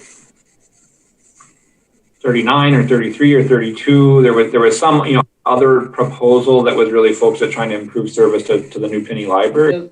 That's and the my one. recollection of that one is that I don't remember any serious concerns with it. It was just when COVID sort of hit and working with, I had a conversation with Natalie where I was, I don't think we got too deep into evaluating it, but it seemed like a good proposal, at least initially to me. But it was really just turned into with trying to respond to COVID, there was just a concern with implementing any changes at that time. So it was basically, I think, just put on hold due to kind of staff capacity and the need to respond to what was going on with COVID. So I think it would be definitely worth taking a look at again, and it might be able to bring a little bit of service back to this area. So yeah, I would appreciate kind of going back to look at that one. That's not adverse that we kind of recycle that. That's good input. Yep. Thank you. Okay. Yeah, any other comments? Okay, I don't think I'm seeing any hands up. So thanks very much. We didn't have very many people show up in person, but we got a lot of good feedback from people in writing. So good outreach, Mac, on your part, and Metro's part to reach out to people and get the feedback, even though they didn't come in person to the commission. So much appreciated. And then just have Justin let us know at our agenda setting meetings when you guys would want to come back and discuss any particular proposed adjustments that we could make in response to these issues. Of course. Okay. Anything else? No, thank you, everybody. Okay, great. I think, because we are past the public hearing and Justin already had to drop off, rather than going to item 8, I'm going to go back to item 4 because I don't want to miss that one at all. So we are back to the request for autonomous delivery routes, the Starship Technologies. Grant, you had asked that this be separated out. Who from staff is here is anybody from staff here to talk about that? Yeah, Mark Winter with traffic engineering. Okay. Do you want to just give us a quick overview, and then, or Grant, do you want to just speak right to your? Yeah, I could ask. Since it was, to be on the consent agenda, I could just raise my questions and then sure. On there, Mark. You bet.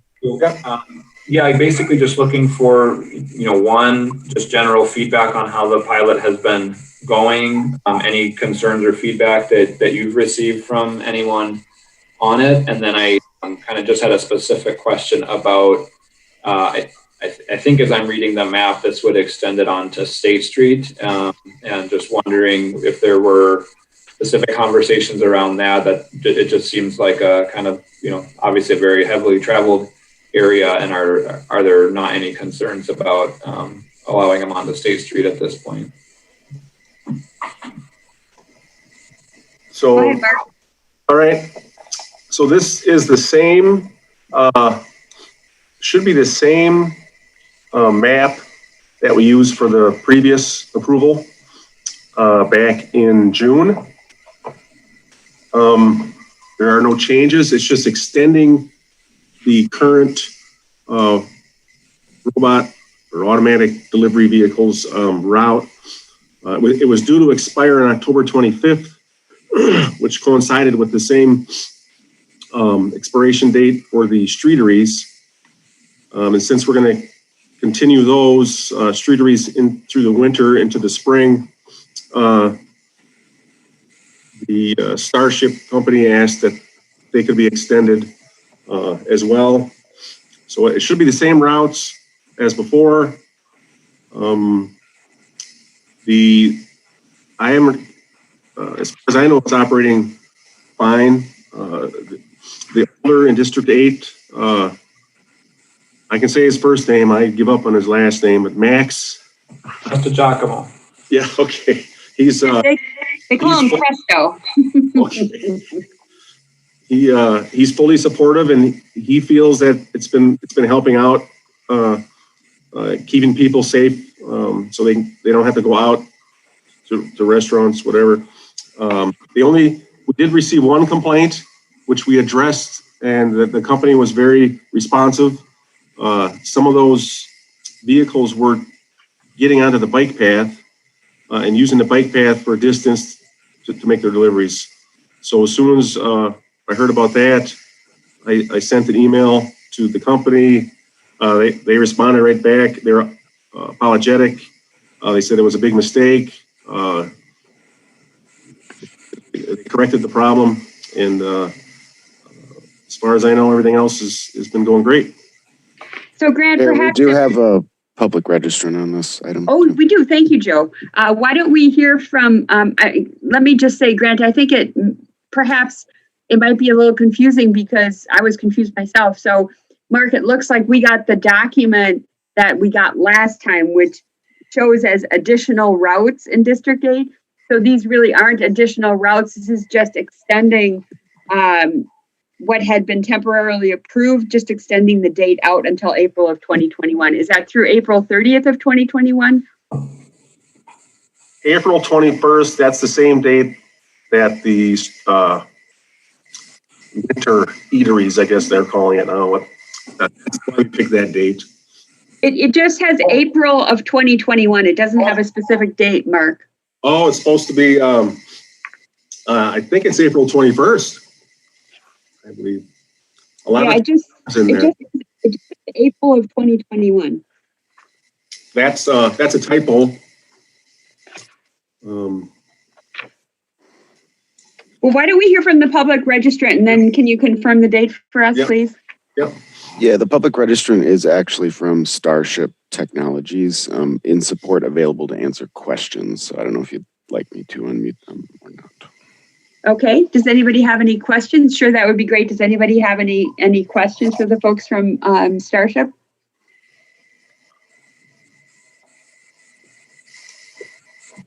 I don't see any hands up. Ken, go ahead. Does he know what the day of the month of April 21 it is? I'm checking right now.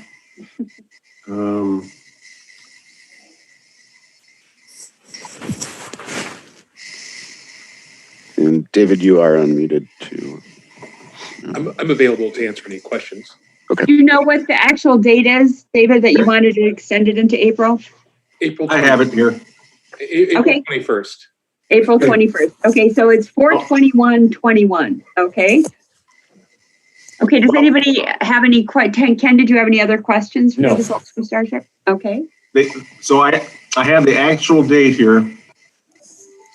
This is the date that the winter eateries are gonna go. It's April 14th. Oh, April 14th? We wanted this to coincide with the outdoor eating rules and extension. David, are you guys from Starship? I assume you're okay with that? Absolutely. Thank you. Okay. Anybody have any other questions of Mark? Chris, go ahead. I just wanted to say I had heard somewhere about that issue with the bike paths, so thanks to everyone for sorting that out and resolving it. Okay. Anybody else have any other questions? Okay, so I would entertain a motion, and let's amend what's shown there to April 14th, 2021, approving the extension of operations of additional routes in Aldermanic District 8 for COVID-19 response for temporary PDD operations until April 14th, 2021, or the date Public Health Madison and Dane County allows restaurants and bars to return to normal operations, whichever is sooner. Carl?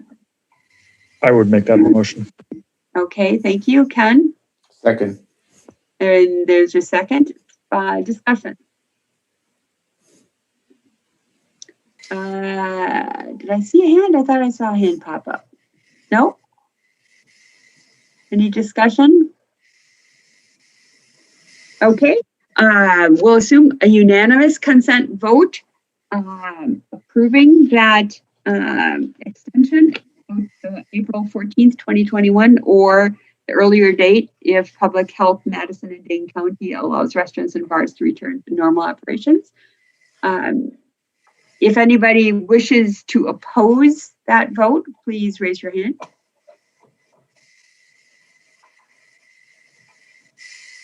Okay, I don't see any hands, so it's unanimously approved. Okay, so now we will move back to item number 8. Mick, are you handling that one as well? This is Drew. I can probably give an introduction to it here. Let me find out how to turn my camera back on. There we go. I think this one page, I think it's, well, 1.5 page document that had come out with your packet. The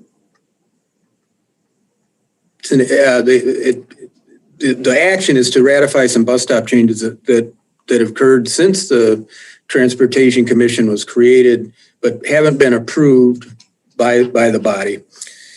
And there was, as we've kind of been talking already, there was confusion about how bus stops were actually approved, how they were cited, and there was just the upshot was we didn't come back to the TC for explicit approval. We made some alterations that, with the new regime of having the policy in place that we would have brought to the body, and so we listed a series of these. Do you want me to do a screen share? If I can just also add something, Drew. One of the things that that we've discussed is that the TC ordinance says that the TC shall decide bus routes and stops. So you see a whole bunch of these on the maps and the Excel spreadsheets, and you're probably thinking, holy mackerel, that's a lot of stops that probably should have come to the TC for approval. Well, some of them include things that indirectly came to the Transportation Commission. If there was a route change, we just assumed that all of the stops that went with that route change were approved also.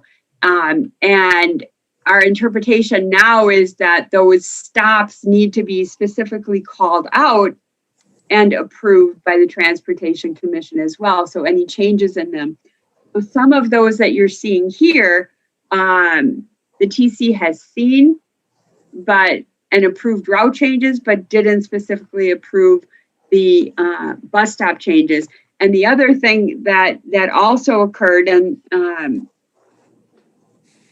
I want to make sure and read Marcia Rummel's email when we get to discussion, but this was raised by Greg Markle from Operation Fresh Start, who saw that the bus stop at Milwaukee and Farwell was going to be closed.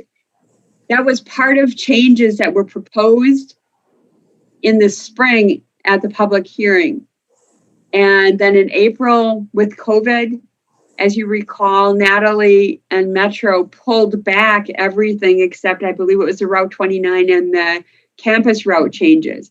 So TC never approved those changes, but Metro went ahead and made those changes. So that's why we're here to clean everything up. And there's 1, 2, 3, 4, 5 stops that got a lot of feedback, one of which we already addressed, which was Tepfer and my Tepfer at Birch. So when I'm just going to state this up front. So when we get to making a motion, I would need whoever makes the motion to exclude that stop as shown in this document. And Tim, maybe while people are talking, you can find that and identify the specific stop number or stop ID that we're going to exclude, because we already made a change on that when we addressed number 6. So we don't want to mess that up by approving something different under number 8. So back to you, Drew. Well, I hadn't really talked to Justin much in advance of this, but do we want to go through the 5 that were that created the feedback, the most feedback? Did you say do we have public comment on this one? Yes. Okay. We have Greg Markle on Brynwood Drive, speaking for Operation Fresh Start, opposes and wishes to speak. And we have one other. Okay. You're unmuted. So I think, Drew, it would be good for you to identify the issues, and then if we hear from the public, we'll at least be on the same page with having that knowledge before we hear from them. So why don't we go ahead and have you summarize the issues other than Tepfer? We've already talked at length about that one. So maybe hit on the other 4, please. Right. The one that one of the speakers is going to be bringing up is the bus stop on Milwaukee Street, near what was near the facility that he's representing. It was very close.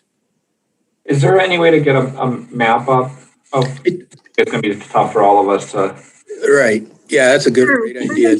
It's map 38, Tim, if you could put it up, please. Oops, you're muted. I am muted. I should try and share my screen, you're asking? Yes, that'd be great. Yes. All right. If you could put map 38 up, please. Yes, I will work on that. Yeah, this is the Fresh Start stop again.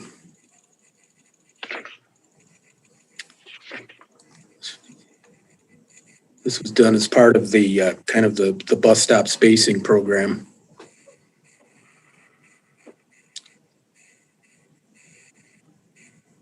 See if we can get a good view of it here. Okay. Well, while we're waiting, I have an email from Marcia Rummel that says, Hi everyone. I've been communicating with Greg at OFS Operation Fresh Start since news of the bus stop relocation appeared to be a fait accompli. I support OFS's request to move the bus stop back to its original location, adding Alder Foster to the conversation. So just so everyone knows, Alder Rummel is supportive of what Mr. Markle is going to talk about later. Go ahead, Drew. Yeah, I might let Tim describe the actual locations here because he's got the little pointy thing on the map. Okay. You want to point out the stop we're talking about, Tim? So yes, the icon right here, this map looks like it's still calling it the Evangelical Lutheran Church of Holy Cross, which I think is been Operation Fresh Start has assumed that building. So that was a westbound bus stop, and historically, those westbound bus stops had been back here at Marquette Street. There had been one on the short block face between Oak and Wabisa. There had been one at Farwell. And then the next stop, depending on what the route did, was either around the corner on East Washington or up here on North Street, just beyond East Washington. The context of Milwaukee Street was city engineering was directing Metro Transit to identify bus stop location, concrete bus pad improvements in this particular Aldermatic district because of the sidewalk replacement program and where they had their engineers also working for bus pads. So that was the disconnect that did occur, is that that city engineering project to do bus pads at permanent bus stop locations did continue ongoing. That was the miscommunication as far as if we're putting in new bus pads at these proposed locations, as you're now looking at, the bus stop signs moved with them this fall without going through the TC like the new standard operating procedures would advise. And so as of this point in time, the westbound bus stops remain at Marquette. There was a stop that was created at Corey Street, which provides the access south across the tracks into this neighborhood. And then from there, it was about 1,100, maybe 1,200 feet to the next bus stop, which is just under the quarter mile recommended standards to the location here on North Street or the location here on East Washington. This was the impact of what Metro staff were doing in coordination with city engineering for these permanent bus pad locations. And so both of these stops here at the Corey intersection have had their concrete bus pads installed, as was communicated to engineering and Department of Transportation back last fall when we were planning these improvements.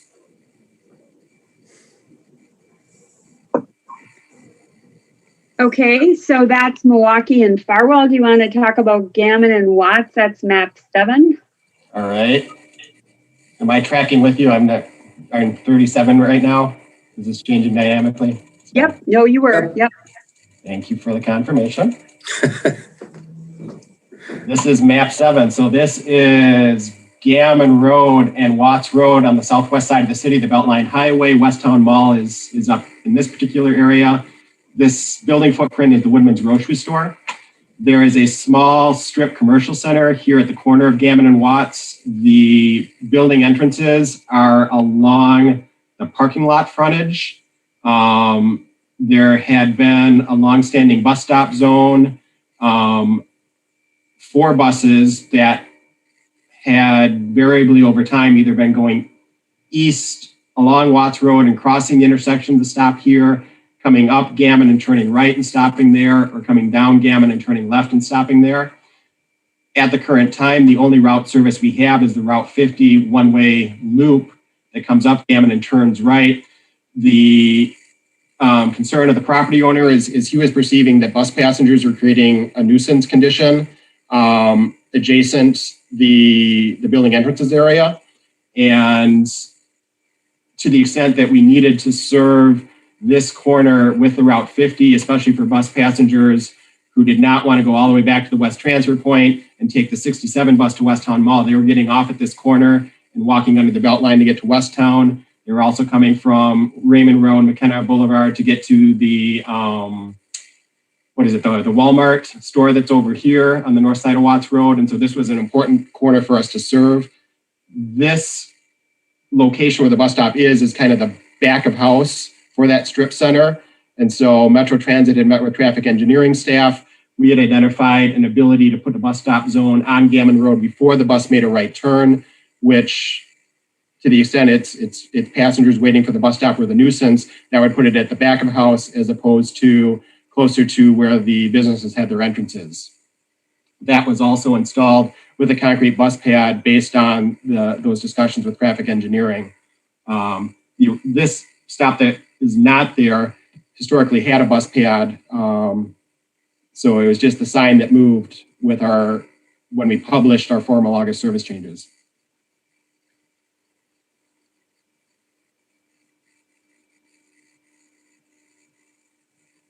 Okay. Do you want to do South Park and Olin then? And can you reference me a map route? How far ahead I'm? Sure, 21. 21, thank you. Mm-hmm. So 21, this was a situation where this is the corner of Park Street and Olin Avenue. There is a gas station on this northeast corner. The parcels all the way up to Emerson Street, I think it is, are actively under redevelopment. They're building multi-story residential. I'm not sure if they're putting any ground floor commercial, but it's I think it's almost 100 residential units that are going in there. The historic bus stop had been back here at Midland Street, which is an uncontrolled pedestrian crossing of Park Street. And when this redevelopment had gone through the city's plan commission, staff had a discussion about, with that bus stop on Park Street being here at Midland, the concern was the city was kind of fostering a condition where bus passengers are going to get off the bus and be crossing the 6 lanes of Park Street with only the crosswalk paint as their ability to cross the road. And so in the context of this development occurring, Metro Transit had looked at, would it be better to put that bus stop down just past the traffic signal at the Olin and Park intersection, which would provide a signalized pedestrian crossing, so that if bus passengers were coming down Park Street to go back to that residential development, they would get off the bus and be right there at a signalized crossing of Park Street, as opposed to kind of this mid-block situation. The other thing that's going on is the property immediately opposite and north of that intersection is currently vacant and about to undergo redevelopment, to my knowledge. And so that was part of the reason why we looked at putting the stop just past the traffic light as opposed to at or before it, because my concern is we're going to lose that bus stop for a year to 18 months when they start redeveloping that one. I have been in phone conversations with the grocery store owner that's on that corner, and have been letting him know that if he's having issues with truck deliveries with the bus stop zone that's there, to let us know. And so far, I haven't heard any feedback from our operations staff as far as truck deliveries impacting our ability to serve the posted stop location. Okay, and then the last one is map 28, the Atwood Avenue near Division Street. Thank you.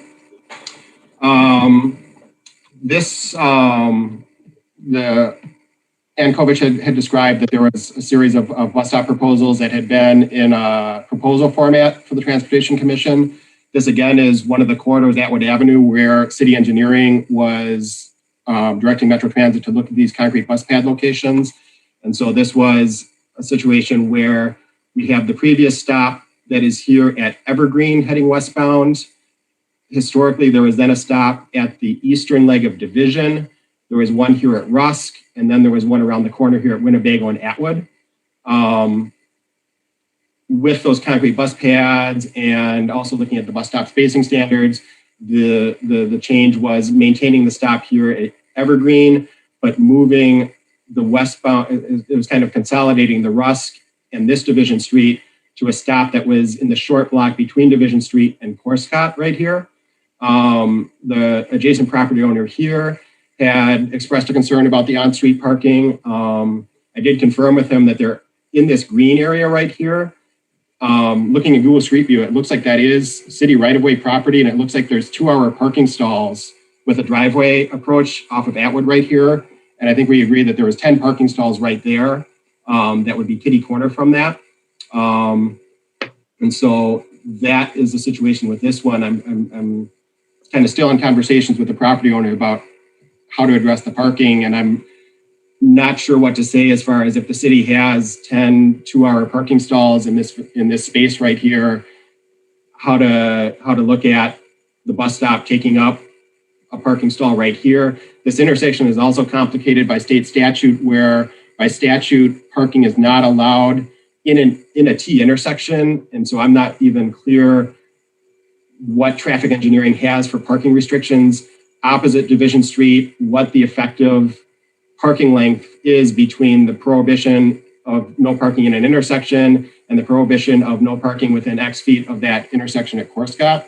But again, that's where Metro is trying to squeeze that bus stop in that area. And again, historically, we had route structures that came up Division Street and came across and turned left right here. And you can kind of see historically our bus stop, the previous stop was down here on Division Street. And our next stop that was available is not until over here at Rusk. And so we really weren't serving this corner of Shanks Corners in a sense. And so that's, again, one of these goals is trying to get that stop west of Division Street, and especially if we're going into this route network study process, trying to think about if there was a route structure coming up Division and then turning around and going back downtown, how do we get a bus stop at that furthest northeast extent of a route that's turning around out there? Again, just because stopping on Division south of Eastwood doesn't really work that well from a traffic operations perspective. Stopping in this short distance between Eastwood and Atwood on Division, I don't think there's a sufficient space there. So again, trying to look at when Metro Transit talks about near side and far side bus stops, the advantage of that far side bus stop, kind of like what I was talking about at that Woodman's, it's the buses coming from any direction can turn or go straight into a stop location. That's the advantage of this stop being west of Division Street, is buses can come up and turn into it or come straight into that. Okay, great. So those are the issues that we have heard about other than heifer, which we already dealt with under item 6. So why don't we go ahead and hear from the members of the public. Who would be first, Patrick? Greg Markle. Greg, go ahead, please. Hello. Thank you for the opportunity to bring this before the Transportation Commission, and thank you for staff for being very responsive as we've talked about this situation and for the commission to look at this. I'm here to ask that the bus stop actually remain in front of Operation Fresh Start. 2 years ago, well, about a year and a half ago, we moved into the former Evangelical Lutheran Church known as Holy Cross. Our young people had revamped it and repurposed it for Operation Fresh Start. And one thing that we loved was that there was a bus stop right in front. Our young people are youth age 16 to 24. About 75 to 80% are people of color. And we are a school and employment training and certification site. So we're working with about 300 young people a year, helping them transition into being self-sufficient as an adult. It's a great organization. If you don't know about us, look us up online at operationfreshstart.org. But here we're specifically talking about the bus stop. In this neighborhood, we really work hard to have good neighborhood relationships, as our young people are predominantly people of color. A number of them have had interactions with the criminal justice system, and a number of them are facing other issues related to childhood trauma and at times a lack of success within society as we know it. So moving the bus stop takes a bus stop which was in a great spot where we could engage our young people and see them right in front of our building. Really only 144 steps to the east, but where it's now situated is in a very narrow apron area in front of about 5 residential houses. So during start and end of our largest program called Legacy, we have anywhere from 10 to 18 people, young people out there waiting for a bus. And really there isn't room at this new location for that many young people. Also, the young people will be waiting for a bus, live predominantly in apartments or other commercial areas where bus stops and lawn and everything around it is sort of all one thing. So the understanding of private property in a bus stop area may not be there. Now, if there were issues and the residents called us, that would be great. We could help work with our young people to understand private property. More likely, they're going to call Metro or the Alder or the police, which would lead to potentially things like trespassing tickets for our young people, which could then further hinder their ability to move forward. So I ask if you could please keep the bus stop where it is. We actually have a little library there. We have a bench which we're purchasing to put there so that folks, not only our young people, but community members can sit there and make it a really nice actual community feature. So with that, I really request that the bus stop stay where it is. I understand the distancing thing. I think that this is a special situation where the neighborhood would really prefer if the bus stop was in front of Fresh Start, where we could be engaged with our young people in that location. And I welcome any questions. Does anybody have any questions for Greg before we move to the next speaker? Greg, go ahead. Thank you, and thanks, Greg, for sharing that detail. So this is a westbound only stop, I'm assuming, and just looking at the map, is the eastbound stop that is used by the youth there, is it primarily the one closest to East Washington and Winnebago? Correct. So again, that's in a commercial area. And most of our young people at the end of the day are headed westbound. We work with a lot of young people who live in the Park Street or Fish Hatchery neighborhoods. So vast majority of the young people are headed westbound at that point. You know, the other issue as I look at the map is if they don't go sort of backwards to Corey Street, then they're having to cross East Wash at that intersection, which is, you know, there's a light there and such, but it's not an easy intersection to get across, especially in one light. So, you know, it creates other safety and traffic issues as the young people would venture that direction, perhaps to catch that next bus. Yeah, no, that makes sense. And in terms of, I mean, you mentioned a kind of a couple of reasons why you're advocating to keep a stop there. In terms of sort of the concern with especially larger groups of youth being at a smaller stop in front of residential area at the new location by Corey, and you also mentioned the sort of benefit of being able to keep an eye on them. Do either of those two things more priority for you, or I guess how would you evaluate those two benefits? I think that they go together. You know, being able to keep an eye on the young people probably improves behavior.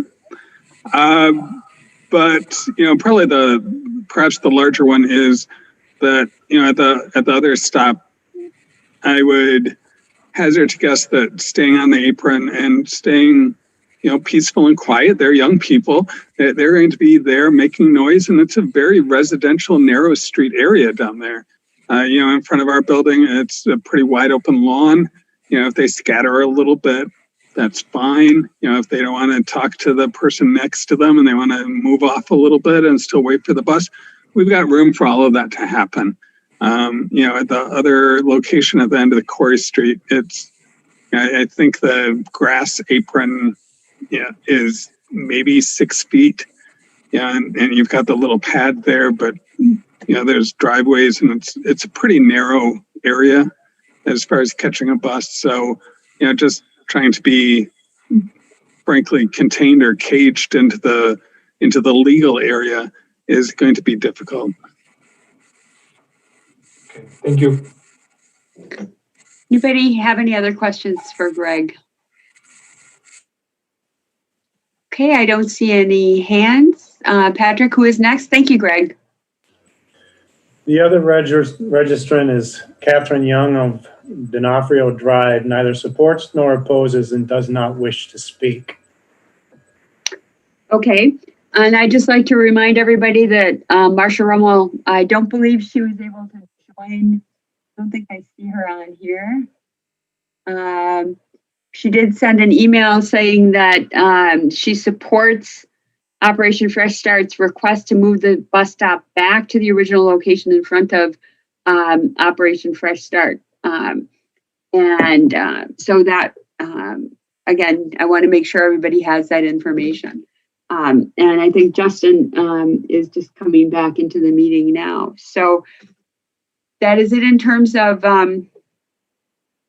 public comment, Patrick? Yes. Okay. All right. So discussion. Open it up. And if you want to move back to a particular map, just let Tim know. Grant, go ahead. Thanks. No, so on this one that's in front of us, I guess just curious for our feedback from Metro. I guess particularly if the commission found that request compelling to maintain a stop in front of Operation Fresh Start. It looks like that would be a bit of a stretch in terms of the spacing guidelines, and Google showed maybe about 1,400 feet back to the Marquette stop. So would that be sort of out of range, or would, if there was a desire to reinstitute the stop at Operation Fresh Start, would you recommend keeping the one that was installed at Corey, or kind of how would you evaluate this if there were a desire to keep a westbound stop there? I guess from a staff perspective, I guess my first inclination, I think I would recommend adding the stop back at Farwell, even despite the short distance from Corey. My concern is that Farwell Street does not have connectivity south across the railroad corridor. And as you described, trying to stretch that all the way back to Marquette becomes problematic from a distance perspective. One advantage of local bus operations is buses are only stopping if they're actively loading or unloading passengers at a stop. And so to the extent that there is the pedestrian access on Corey Street that goes south of the tracks, if that's going to be the better neighborhood serving stop, for lack of a better term, if we just have an additional stop adjacent this facility for the reasons that the facility owner has had to describe, I think that works. I know this commission has done a lot of things very recently with the Vision Zero on East Washington Avenue, but I certainly, working on East Washington Avenue, I have a colleague who was hit by a car in the crosswalk at Baldwin Street. And so I understand crossing East Washington is not an ideal situation. To say that, yes, it's less than a quarter mile from Corey to the stops on the other side of East Washington, but you're also crossing a major arterial, and the city is just starting to kick off these Vision Zero aspects, which hopefully will improve that situation, but it is still what it is as far as pavement width. So I guess that would be my thought is the creating the stop at Farwell and keeping the neighborhood serving stops in both directions at Corey. I think the feedback from the property owner was they have the permit under city engineering to do terrace improvements, to do the concrete bus pad. They had referenced their willingness to provide the bench amenity as well. I think the only issue becomes the city's nominal responsibility to maintain bus stops over the winter that are wheelchair accessible. And so, if the city is going to be maintaining the stops right at Corey Street, it's just the additional time to go a little bit west of there and shovel that one off as well, or plow it off as well. And so again, it's not that it's a marginal amount of time for winter maintenance in that respect. So. Thanks, Tim. I really agree with the comments about the East Washington crossing, and Greg mentioned it as well. And at some point, I think the bus stop spacing standards, are referenced in terms of distance, but I think obviously the point is accessibility, and both in terms of time, how long does it take to walk to the stop, and then also the sort of safety or comfort level. So I agree the idea of crossing Milwaukee Street to get to that stop is a much more significant barrier than just the distance. One question was, it probably doesn't address some of the concerns that were raised here, but was there ever any consideration of a westbound paired stop even closer to East Washington, sort of, pairing it with the eastbound stop there closer to Winnebago? If I'm understanding correctly, so there is an eastbound stop here on the south side of Milwaukee Street. Right. There would be a westbound stop right across from it. Is that by the beer house? Yeah. Yeah. I think the concern there becomes to the extent make the left turn movement out and you get turn lane restrictions. Yeah. The bus stop that's only serviceable if buses are going straight or turning right. And that becomes a point of confusion for passengers as far as, can I stand here and catch a bus that's turning left or not? And so again, I think it's that there are these stops. Essentially, if the bus approaches this intersection, it can turn right and serve an existing stop. It can go straight and serve an existing stop, turn left and serve an existing stop. having a stop here kind of duplicates this and this, because again, this particular stop is needed for buses that are going out East Washington. And so then it's like you have a stop here, it's only served if they're turning right, but it wouldn't serve this stop that it goes by as it continues right kind of thing. Yep, yeah. No, that all makes sense. And, you know, I'm inclined to support the request. I think I think that there are particular circumstances here that seem to call for it. And in addition, with all the density has gone in, and I think there's still more to come at the Union Corners development there.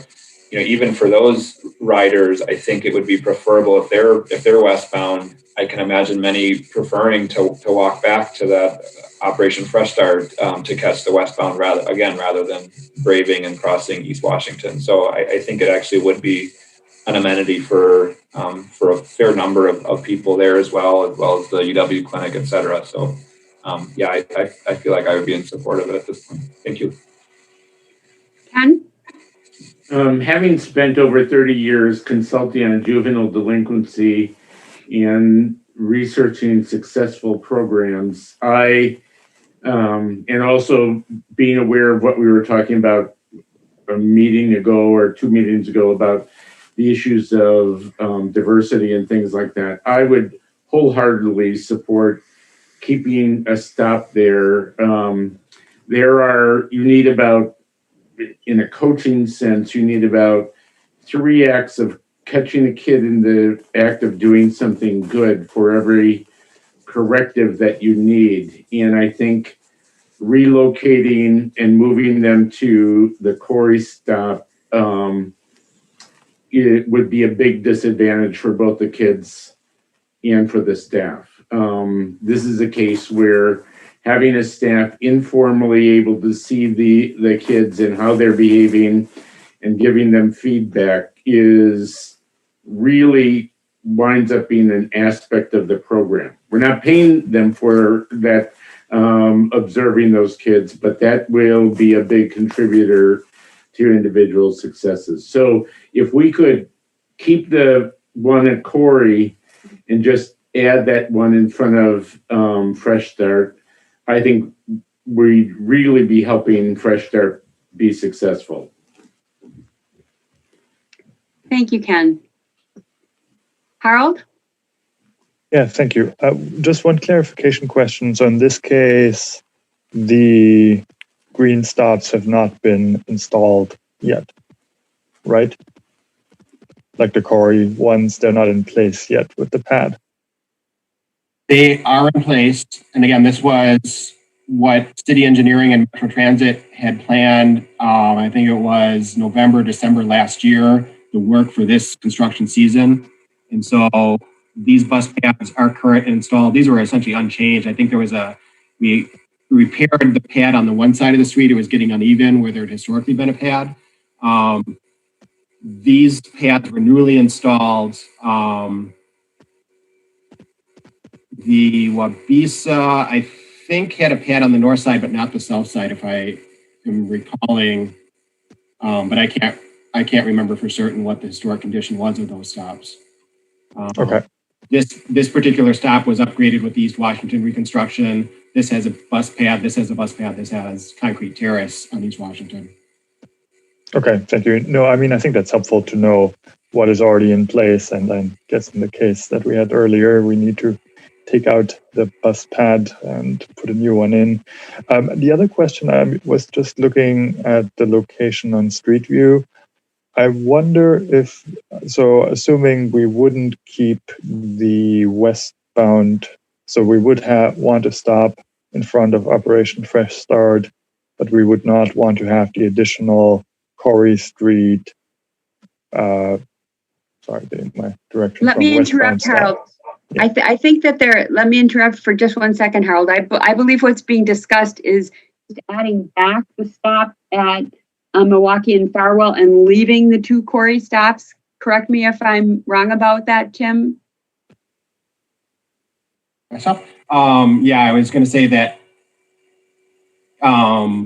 these are stops that are existing with concrete pads, have the signs.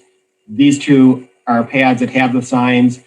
My understanding of the direction of the commission at this point sounds like they would be requesting staff to create a bus stop sign at this location, but not change anything about these being installed and signed, those being installed and signed, those not existing. That essentially this little area wants to be green somehow. So Harold, just to make sure we're all on the same page, I think what we're discussing is adding back that stop, but not taking any away. Okay, yeah, that is helpful because I wasn't totally sure of that. So we would basically have two stops within one, like we would have one block, two stops. Right. Grant, can you... Because, I mean, I guess my point was, so if the idea would have been to take out the westbound stop at Corey and looking at the area in Street View, I was wondering if there's some flexibility moving the Farwell stop by the eastern edge of the property, like close to the driveway, rather than where it is right now, which I'm not sure how much that gains you, but that might reduce the distance to the Marquette stop by maybe, 50 feet or something like that. And I'm not sure if that's worth it or if there are other reasons not to have it basically kind of a little bit east of the intersection with Farwell. It looks like on the property there might be enough space before that driveway there. But that does not make any sense if you keep the Corey Street stop, because then they're even closer to each other. Yeah. That was my understanding. And Grant, in terms of what you were talking about earlier, were you not in favor of keeping both Corey stops and just adding Milwaukee and Farwell back? Is that correct? Yeah, I think that makes sense. Okay. So I think that's what was under discussion, Harold, was to leave the two Corey stops and just add Milwaukee and Farwell back. Okay, thank you. Sure, you bet. Chris, go ahead. Sorry to talk this to death. Just another clarifying thing. So this proposal that we have now would require installing a pad across from Farwell where there wasn't one, because the stop has been removed already. Tim?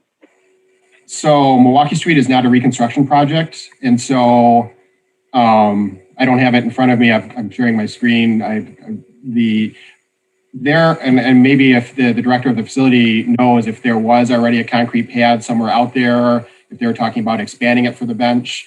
I think my only question, back to Alder Foster's point about the density right here, if there's any advantage to having that stop being kind of as far west on that property as possible to get it a little bit closer to that density I was describing here.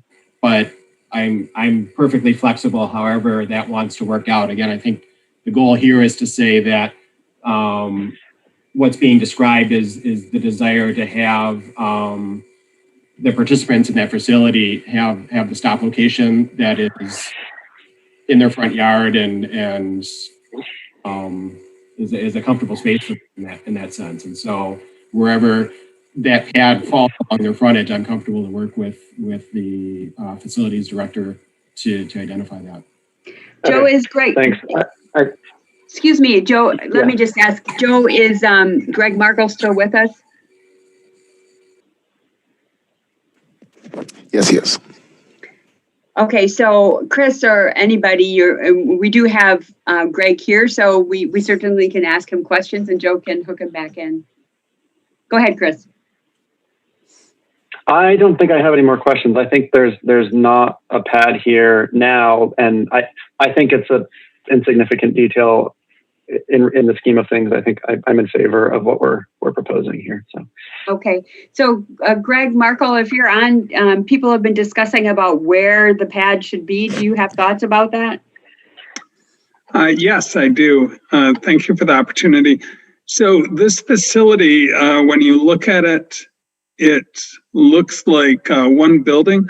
We actually lease the eastern portion of it to Reach Dane Head Start programming. So as you look at the area with a cool little zigzag roof line to it, that's the area which we use. And then the shorter building is actually used by Reach Dane. So for us, it would be helpful to keep the bus stop where it was, which is right where that little crosswalk comes out. So there isn't a cement pad there. There is a crosswalk. There's our little library. And we would probably be looking at putting the bench on our lawn right next to the little library. And then I guess the question for the commission is, do they want a full-scale pad there, or does that sidewalk, is that good enough? As mentioned earlier, part of the work we do with young people is one of our programs is we teach them construction skills and we build affordable housing. So we do cement. So if you folks are willing to buy the cement, we're willing to pour it if you want a full-scale pad there. And it would be a neat project. Tim? Justin? I guess just, I can provide the input that you can see the historic bus stop, no parking zone, although Milwaukee was no parking anyway. The bus stop sign was up here. My concern is that this width of pad looks like it's only about 5 feet, which is going to be, typically Metro is asking for a 10-foot wide surface so you can get good maintenance in the winter and maintain a good width with your accessibility. So the other advantage I see of this location is the bus would be stopped before that crosswalk, which is going to provide some visibility for pedestrians crossing the street, kind of around the stop bus to see if there's a car passing the bus. As opposed to having that bus stop any closer, the bus is starting to block that visibility at the crosswalk. So I think all things being equal, if the bus stop sign were to go back in here, and if that existing concrete came a little bit this direction, so if you get a 10-foot width from existing to new back in that area, I think that would be operationally a good location for that front door wheelchair accessible concrete boarding surface. And if the facility director was talking about having the bench right behind the sidewalk right there, I think that works out well. The stop is close to that crosswalk, but again, it's not right up on top of it. If I still have the floor, I would just say, I think my opinion would be to not worry too much about the pads at this point, unless the city thinks we need to, in lieu of the network study that's coming up. Things might shift a little bit. So I think, and we'll get to you, Harold, in a minute, but correct me if I'm wrong, please, Tim, Justin, Drew, whoever. If we're going to put a stop back, should it not be wheelchair accessible, and should that not have the 10-foot width concrete pad? So, yeah, go ahead, Tim. Sorry. I think this particular example, I think, is questionable on ADA compliance. It may be, since the sidewalk is far enough back from the curb, that we could get a ramp fully deployed. But Tim, I don't know if you have a good understanding of ADA compliance on something like this. Yeah, I mean, the minimum for ADA is it's 60 inches, but I think it's 5 feet. So I think, to the extent that's a 5-foot by 5-foot sidewalk square, I think this meets the minimum requirements of ADA. But our experience in winter is that if you clear that off and there's a snowbank that the plow puts up there, you immediately lose that 5-foot width because the snowbank collapses onto that surface. So Metro's practice has been to do 10 feet, so that if the bank on the terrace collapses in 2 feet on each side, you still got 6 feet down the center that you can still get on and off the bus with a wheelchair lift. So to the extent that that is nominally accessible, I would be fine saying, let's just wait till next construction season. There's still a couple hundred bus stops throughout the city that are not wheelchair accessible yet. I do think that Milwaukee Street is likely to remain a transit corridor under any permutation of a route network study. I think it's a major east-west collector street. And so I think that would continue to be a bus going east and west here on Milwaukee Street. But again, I'm not worried about anything getting in yet this fall. I think it would just be a discussion for next spring and next summer's construction season, ideally to push that over an additional 5 feet to kind of match it up to what other bus pads are. Okay, but it sounds like waiting. I would agree. And the only thing I would add is that providing the city providing the concrete to them is probably problematic. I would imagine that that's going to be more difficult than just doing it ourselves for the bus pad part, but certainly the bench pad, if that's on their property, they would have the ability to do that part themselves. Okay, well, you guys can work that out, but it sounds like waiting was what Chris was talking about. Harold, you're next. Well, I guess waiting. I mean, waiting for the best network study is different than waiting for the next construction season. And so, I mean, Chris, I see your point, but I think being lax about these accessibility, I mean, having a pad is really the minimum for accessibility, and whether it's legal to have like the 5 feet or not is one thing. But as we have heard, I mean, we know in winter the bus stops get really tricky, and trying to get off the bus where you don't have a pad at all, or a pad that's too narrow and covered in snow. I think we really need to hold ourselves to providing those 10 feet pads in. And yes, we have stops that don't have them right now, but we really need to do better with that. So that's my counterpoint to Chris's argument. So sure, waiting for spring, waiting for next construction season, that's totally fine. But waiting for the route network study, which may get implemented, who knows when, is a different thing. Okay, so what I'm hearing from people is that looking at the maps and the chart, if we are ready to consider a motion, we would need to exclude the stops that were covered under item 6, which, Tim, I have them as 2437 and 2435 on map 16. Is that correct? If you can just check that for me. And then adding back the Milwaukee and Farwell, which shows as closed in this report, we would change that to adding that back. And I believe that's stop 1748. So we're on map. I'm sorry. I was muted. I'm sorry, Ann. I was going to ask, can you indulge me? Could you repeat those one more time now that I'm ready to confirm these? Map 6 on map 16, the 2 Tepfer stops.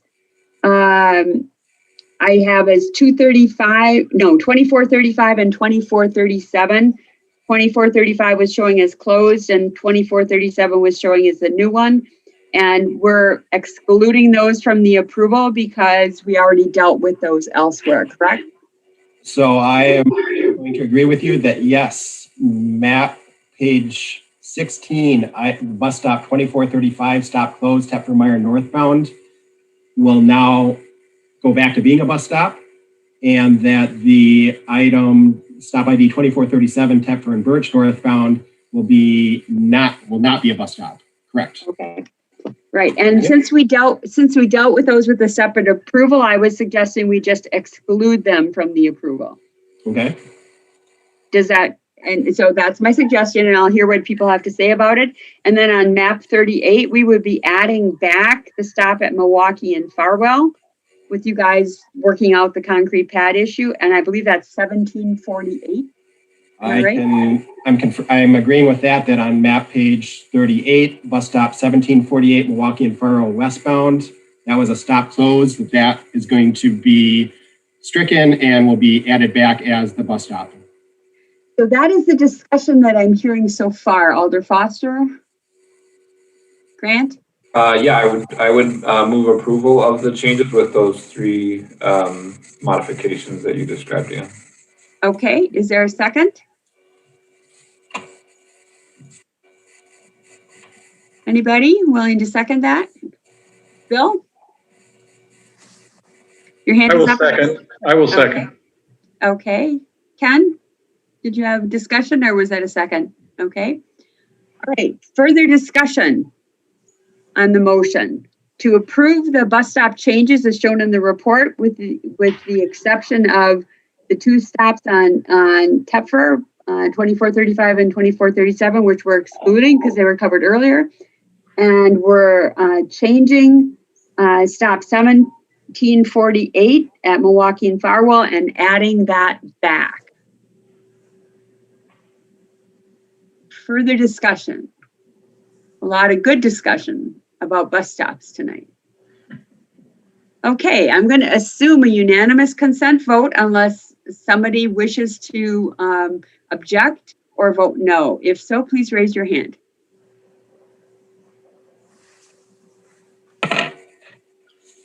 Okay, seeing no hands raised, that is unanimous. Okay, we move on to item number 9. I don't know, Chris Petakowski, are you on? There you are, Chris. Hello. And we got Tom Moore with traffic engineering too. Oh, there you are, Tom. Thank you. Hey. So I'm Chris Petakowski with City Engineering. We're going to be talking today about a few projects we have on the slate for 2021. This is our resurfacing program. So these are projects where we've identified some pavements that are rated a little lower, but the curb and gutter and utilities are all in good condition. So we rate our streets once every 2 years, and we rate the street, the curb and gutter, and in this case, this program is to try to attempt to get at some pavements that are starting to show some wear, and get a new pavement surface on them before they degrade to such a point where we need a full reconstruction. And I think most people probably know that the reconstruction projects are extremely expensive. So we can do a lot of preventative maintenance with the pavement and try to extend the lives of these streets so that those expensive or large expenses are deferred as much as possible.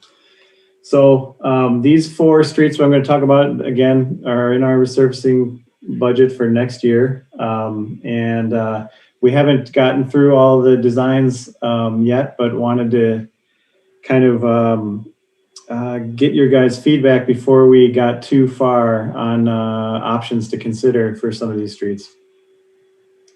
So why don't I share my screen here?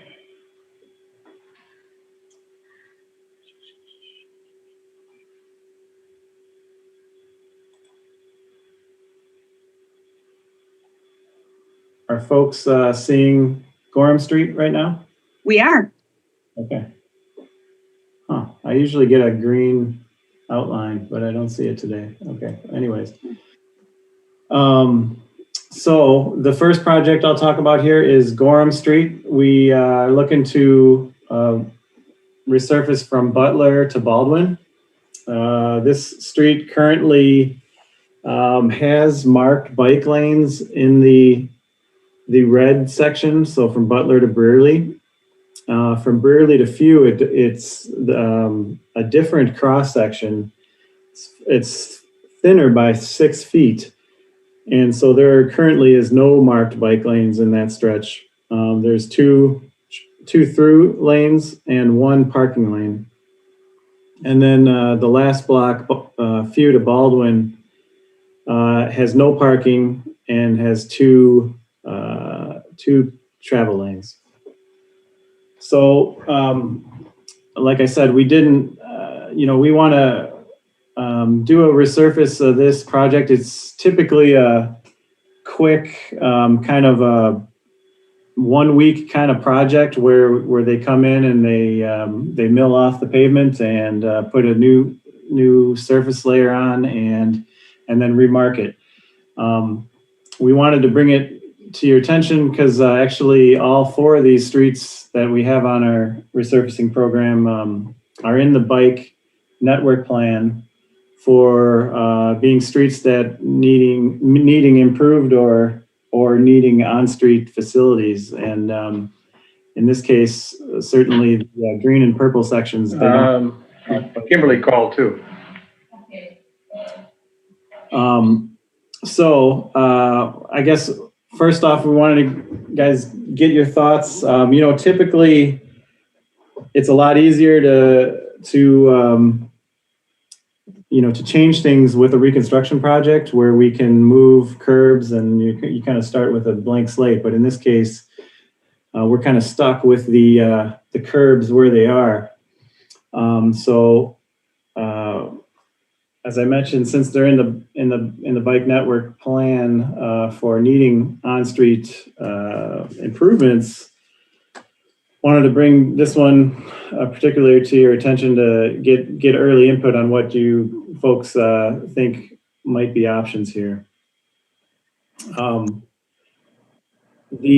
pavement itself is rated a 4 out of 10, so it's pretty low. The curb is rated an 8 out of 10, which is pretty high. So the pavement does need some attention at this time. Thoughts from the group?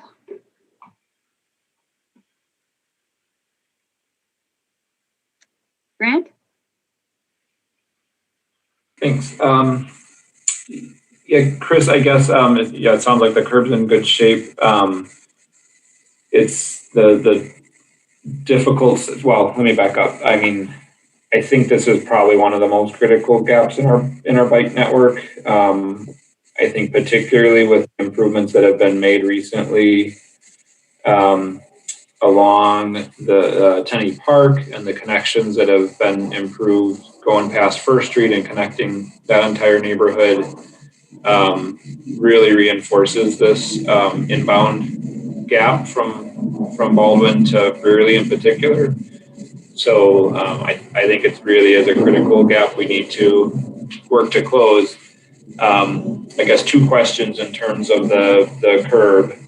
One, what would be the cost of replacing? I know you said it's in good shape, but what would be the cost of replacing curb in, let's say, those 3 blocks, maybe on one side? And secondly, what are the terrace widths there? And, if the cost was worth it, is there space that would open up other options if we decided to go that route?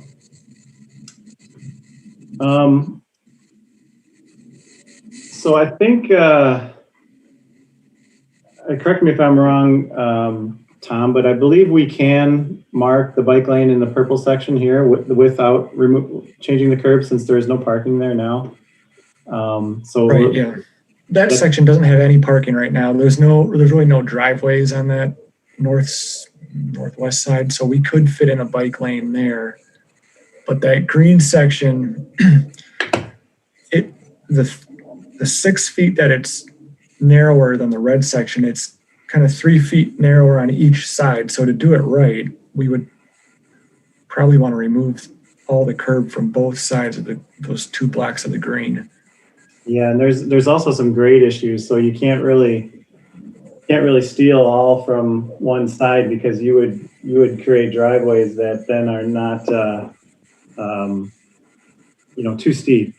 So like Tom said, we'd probably be looking at widening in both directions, and there are some significant trees in those terraces, so that would be a big impact. Big impact. Okay. Parking is obviously a possibility for those 2 blocks, although that parking is probably quite a big impact to the neighborhood. Yeah. Do you know? Oh, and I'm sorry, I didn't answer your other question, but I was just crunching some quick numbers, and I'm thinking, adding the curb is probably somewhere between maybe like $200,000 or so, $200,000, maybe more. It would impact a lot of the driveways too, so somewhere up in that neighborhood, between $200,000 and $300,000 probably. And then on the Brewery to Butler section, I notice on the Few to Brewery on the left travel lane, that's marked at 11. So I'm assuming that's sort of basically like a 9-foot lane and gutter pan. Something like 12 would probably be a little bit more standard, perhaps. Is there any reason why we would need to keep the 13-foot in the Brewery to Butler section, or would that be an opportunity to skinny that up to at least 12 to get another foot on the parking and bike lane side? Yeah, I think that would be doable. I think we could do that. Yeah, I think that's one thing I would take a look at. There's really a pretty significant difference between 13 and 14 feet for the parking and the bike lane. And then, probably the same thing for the Baldwin to Few, skinny that up as well to, and there you might even be able to provide a little bit of a buffer in that case, which then leaves the Few to Brewery. And yeah, knowing this is an area with a bit higher density and a lot of on-street parking utilization, yeah, I don't know how we could get around looking to replace the parking with bike facility. It's just leaving a 2-block gap in what otherwise is a really key part of the bike network through the isthmus. Just seems too important to pass up for that. So I guess that would be my inclination, is to work on an alternative that does that, given the high costs and the impacts to trees with moving the curb. Thank you, Ken, go ahead. Well, my observation is, driving that fairly frequently, do you even, Chris, or do you even have terrace space to go on the north side to push that? Because I think when you're on the left-hand side as you're driving, I don't think you can really move your curb very much. That's a fairly steep. A lot of those houses are pretty up high compared to the road. And then when you go to the right-hand side, my general impression is those terraces are only like 3 or 4 feet. They're not big, deep terraces, are they? The north side actually does have a pretty deep terrace, but it's filled with very large mature trees. Yeah, I mean, the trees come right out to the curb practically. Yeah. So now my question, Grant, since you're probably the person, people bike there now, right? I mean, they somehow figure out how to get those 2 blocks. What's your observation as far as how do people get through that sort of jam? Are they just sort of tensely anxious for 2 blocks until they get to that bike lane, or what workarounds do they do? I think some people will move to the Mifflin Bike Boulevard. Dayton/Mifflin Bike Boulevard, I guess, at this extent. So that's sort of one piece. And then other folks could, depending on where they're coming from, if they're coming from the north side, could come in on Sherman.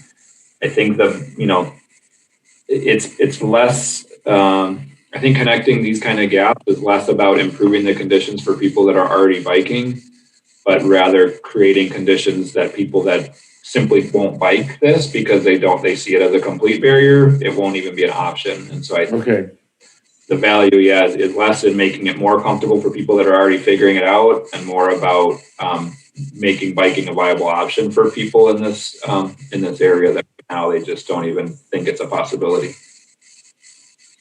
Anybody else have any other comments on biking through that area?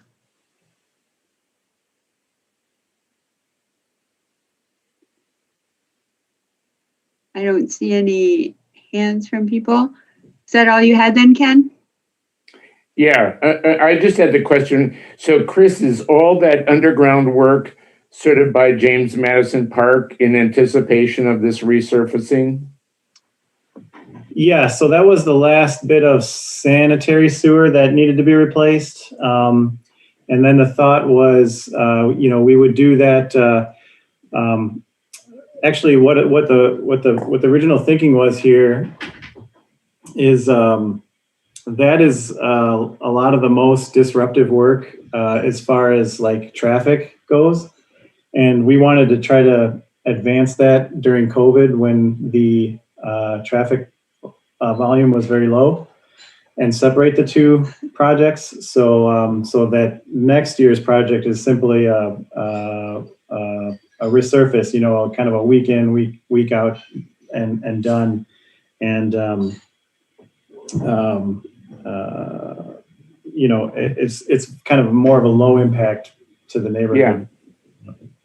So yeah, all the utilities in this stretch are in good shape. Is that all you had, Ken? Yep. Okay. Anybody else have any other comments for Chris? Tim Sabota, and then Harold. I'll Tim, let go commissioners ahead. go first. I had a question going back to the standard operating procedures. I know that commissioners finished their discussion, and then I was going to ask for input on how this project historically is related to the bus stop procedures. That would be an appropriate question to ask. Go ahead, Harold, and then we'll come back to Tim. Okay, thanks. Yeah, I mean, I guess I want to echo some of the things that Grant said. I think the Briley to Butler section, I mean, that seems like a relatively easy one to fix. And right now, that's, especially along the park, there's a lot of parking turnover. So that is always a bigger issue when you have these parking plus kind of sort of bike lane configurations. I mean, it's one thing if it's residential parking where people move their cars once a day. It's different when they drive to the park and yeah, doors open all the time. So I think it's good that that one is probably easier to fix by making that left lane more narrow and thereby creating a little bit more space. Yeah, I mean, the other sections, I see that they are tricky to deal with, especially in the context of just a resurfacing project, but we gotta still fix them somehow because, I mean, there are no really good alternative options, and we've made those improvements farther up where we now have a nice path, we have an intersection with First Street, so fixing it in some way, even though I'm not totally sure how we do that, I mean, may it be parking removal, I think is important. So I'm looking forward to see what you can hopefully can come up with. I don't know if Sabrina's still on. Sabrina, do you have any comments about the parking? She may have dropped off. Okay, Tim, did you want to ask your question about the bus stops? Yeah, if I could, I guess it's just the clarification. And I want to thank the commission for supporting these standard operating procedures. I think that's going to help me do my job much better and coordinating with other agencies. I guess just in the context of 3 of these 4 projects, the Gorham Street, the Odana Road, and the East Johnson Street by East High School are all transit corridors, and city engineering and Metro Transit have historically worked together to target bus stop improvements, accessibility improvements with these types of projects. And I'm just confirming that if Chris Pedikowski was saying that the final plans aren't really developed at this point, but if that is the goal of these procedures, is to be working with engineering and having these projects be brought forward with the level of detail available to say that with the James Madison Park project, Parks has been asking about bus stop locations there. So if that would be the point of coordination between Metro and engineering on these types of projects, to be bringing this to the Transportation Commission for any bus stop changes that would be occurring with these or improvements that would be made with these projects. Is that correct? It would make sense, I would think, to do it that way because you're going to need to bring them. Grant, did you have a comment about that? Yeah, I think, and we've kind of talked similarly about this with the traffic calming subcommittee, but I think the more that we can combine efforts, and when engineering is going to have PIMs about the project, and so that is really probably the best time to get people's attentions about any potential changes to bus stops. So I think there's a lot of value in trying to kind of do these things at the same time, both from getting public input and then for reviewing and getting approval at the commission. So that's what I would suggest, is really just folding it into the project itself. I appreciate that input. Thank you. Okay. Other comments? Okay, Chris? Okay, so I think, I guess next steps on this one, this one will no doubt, we have a PIM for all of our resurfacing projects, but in this case, I think we'll probably separate this one out and have its own PIM, and we can bring those alternatives to the neighborhood and see how they react, and then I guess we'll come back on this one and revisit it. All right, is that it for quorum? I don't see any more hands up, Chris. Okay. All right, next one is Odana Road, far west side. We are, let's see, we are resurfacing from Whitney Way to Research Park Boulevard. Right now, that is the blue section here, a 44-foot street with 2 travel lanes in each direction. Again, resurfacing that stretch. What Tom and T are proposing on this one is to switch to a twiddle, so have a 2-way left turn lane in the center. Go down to 1 lane in each direction and a bike lane in each direction. And then, although the resurfacing only goes from Whitney to Research, Tom and T are proposing to actually change the markings of the whole street all the way to Gammon to include this 2-way left turn lane.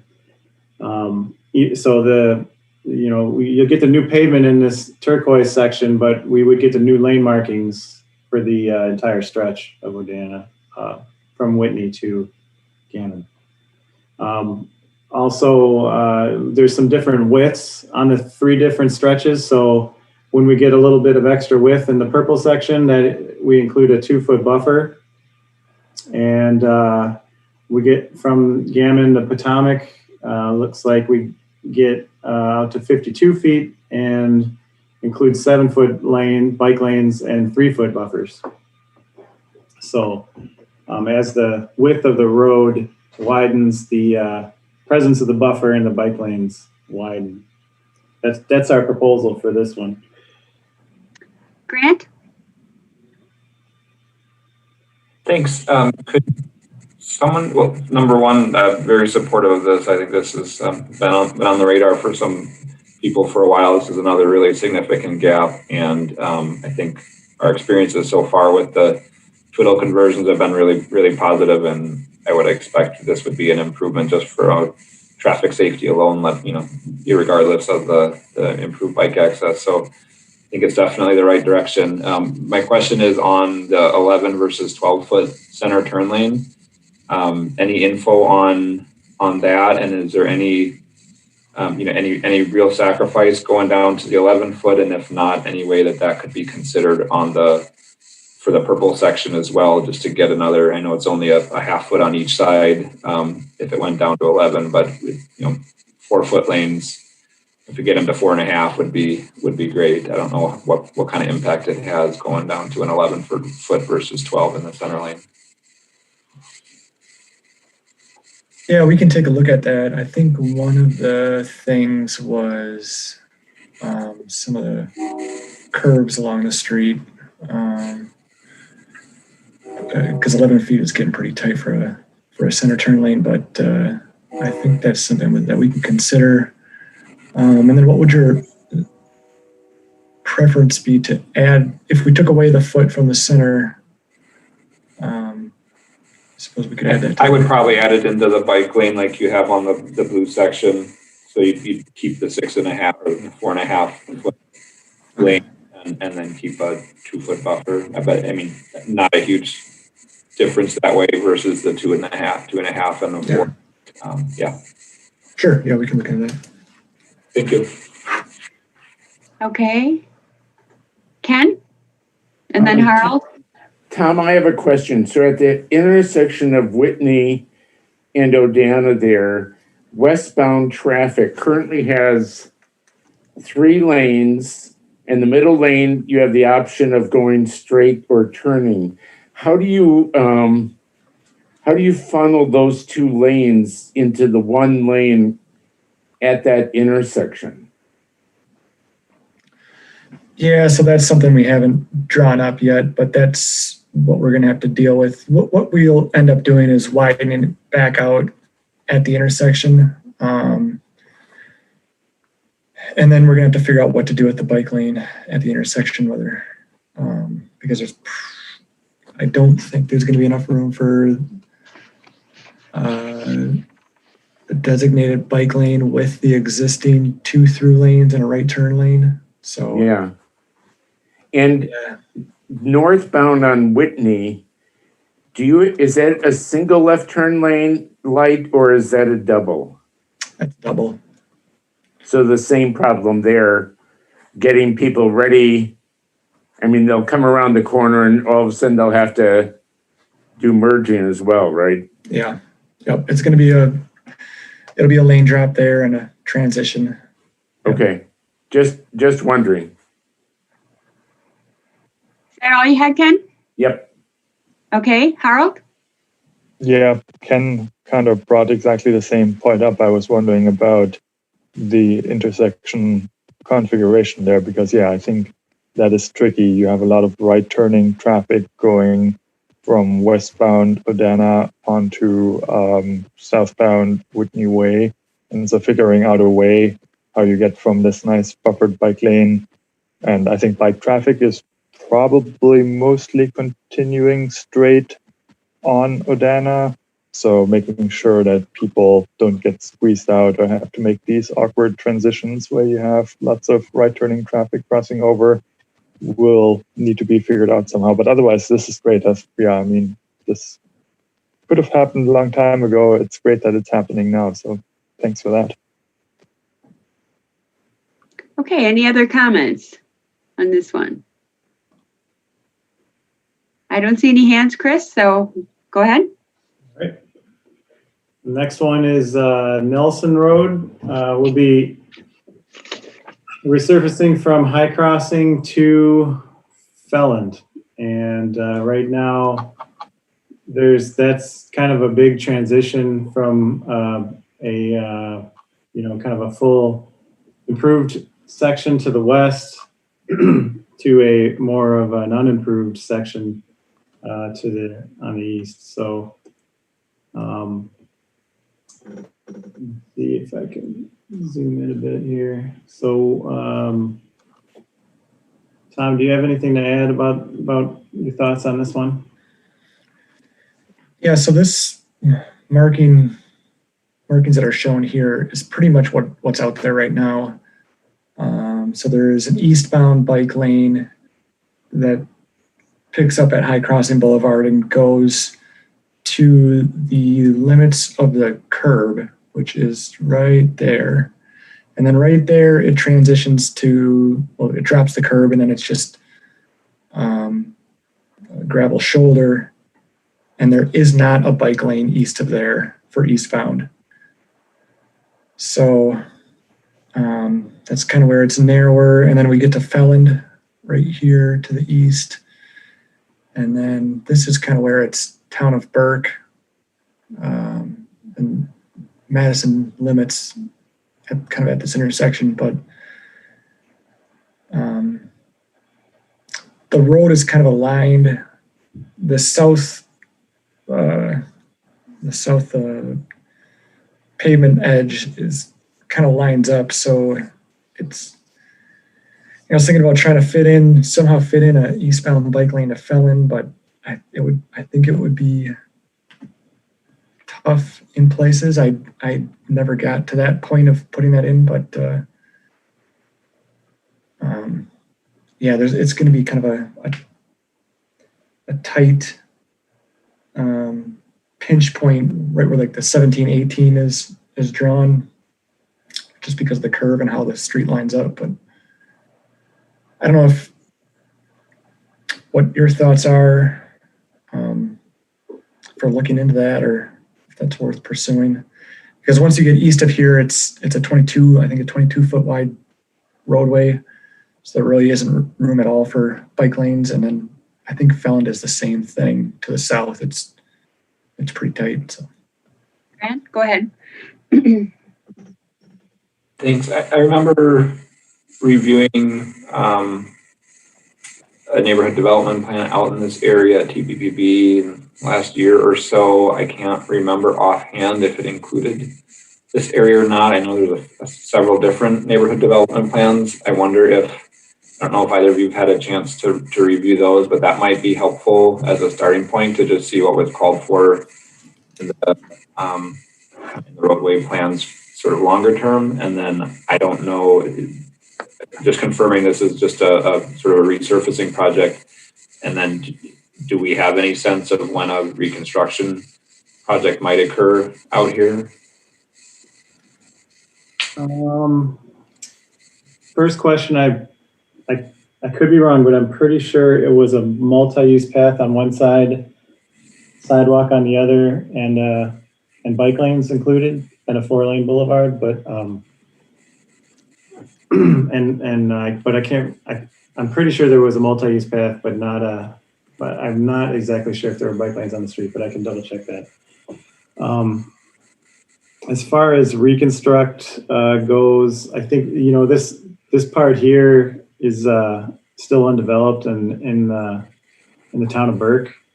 So we'd probably get the extra width that we needed with that project and with that development, I would say. And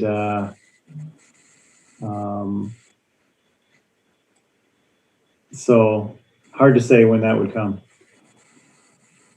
What's the speed limit out here? I think it's 35.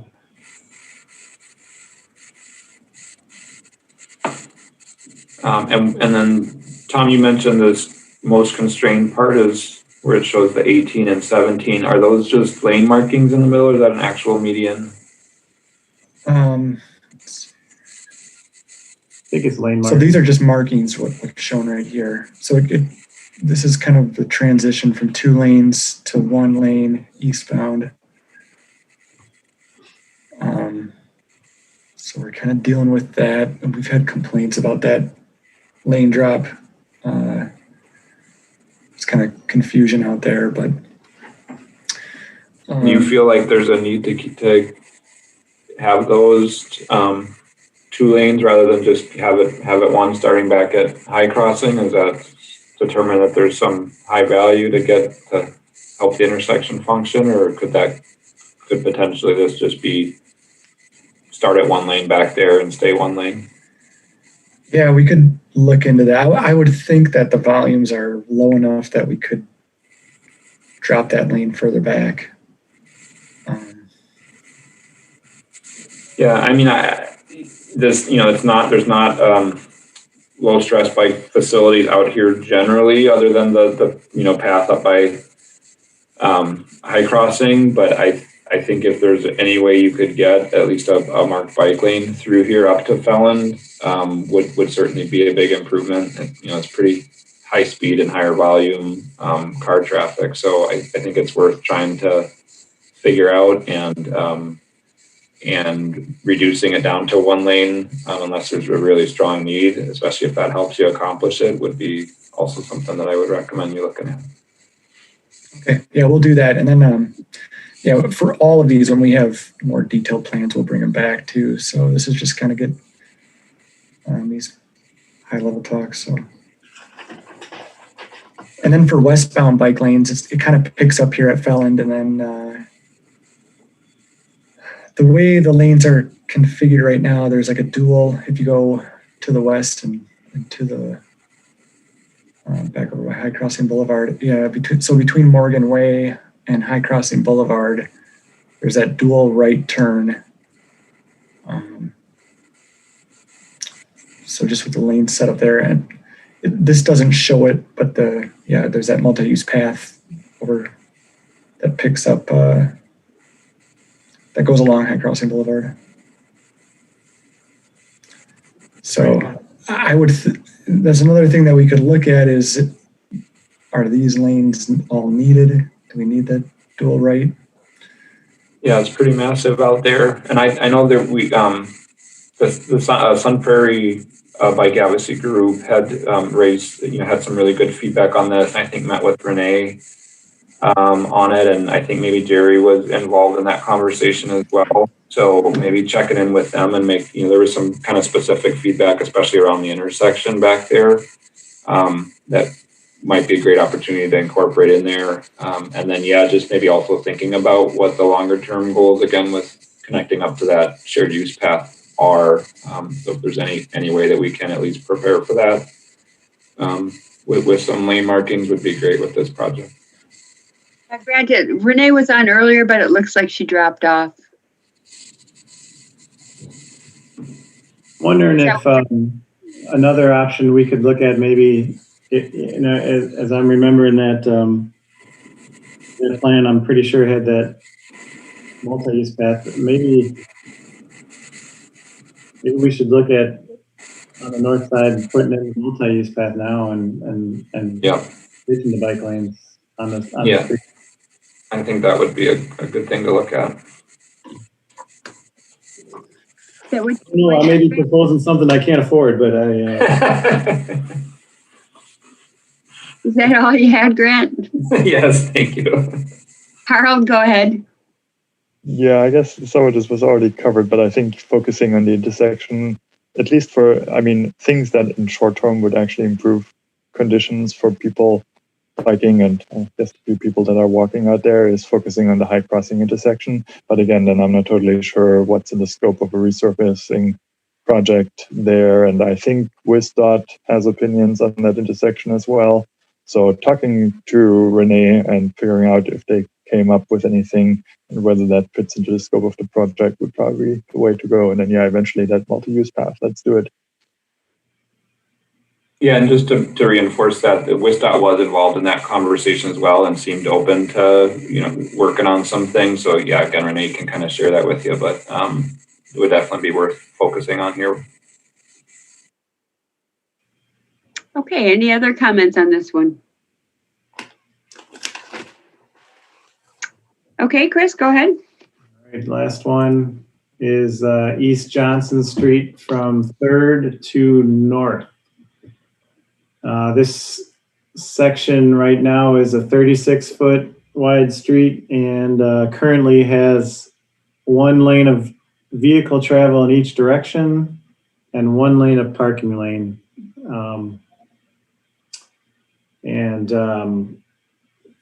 As I understand, would be difficult to fit that, would be impossible to fit that parking lane a bike lane here without removing parking. So this is pretty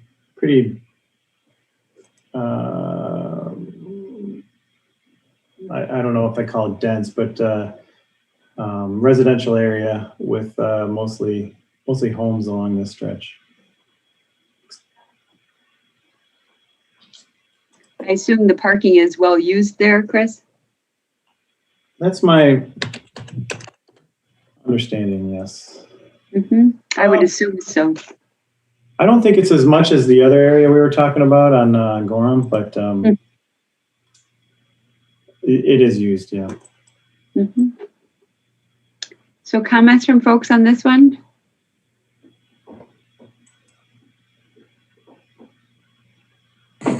Grant, go ahead.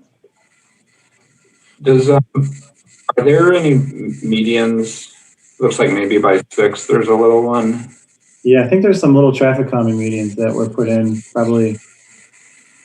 There's one at 6. Maybe that's it. We do have the trail path that, let's see, kind of goes along this area here. Yeah. Yeah, I mean, I think, you know, short of pulling parking out and putting bike lanes in, it's hard to imagine what we can do here. And so I almost wonder if one alternative you might want to work on is a narrowing one. You know, I think in my experience, sometimes the in-between can be the worst. In other words, there's not really enough room for separated biking, but it's also not, but it's wide enough where sometimes drivers are more willing to kind of push things. So it might almost be worth thinking about narrowing, you know, keeping it essentially as is with the parking lane and the 2 travel lanes, but narrowing it up and putting sharrows down and just really reinforcing that there's not room for separate bikes and cars. And so if and when there are bikes there, you know, you're going to need to wait for an opportunity where it's clear to go all the way around to pass, or, you know, or travel at bike speed for the section that you're on it. So, I mean, I'm not convinced that's the right answer, but it might be worth just working on an alternative that includes that. So when you say narrowing, you mean narrowing the 2 travel lanes? Yeah, I mean, that's right. You're not doing, it's no curbs, right? Sorry. Yeah. So I think to narrow it, you'd have to draw that white line probably that. I guess you could fit one direction bike lane, right? Right, yeah, we could fit, under this, we could fit a eastbound. You know, that might not be a bad idea. It would allow you to do that narrowing. And I would agree that eastbound would be the one to do there.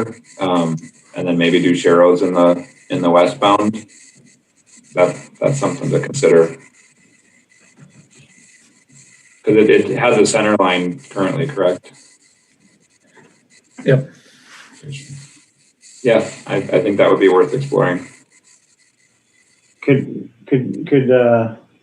you just repeat which? I was trying to write down my notes. Sorry. Yeah, I would say do a eastbound bike lane, and then travel lane, and then the westbound travel lane would be you know, with sharrows, and keep the parking lane. Okay.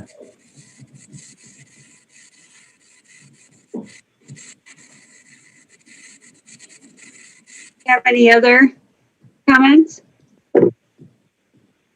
Chris, go ahead.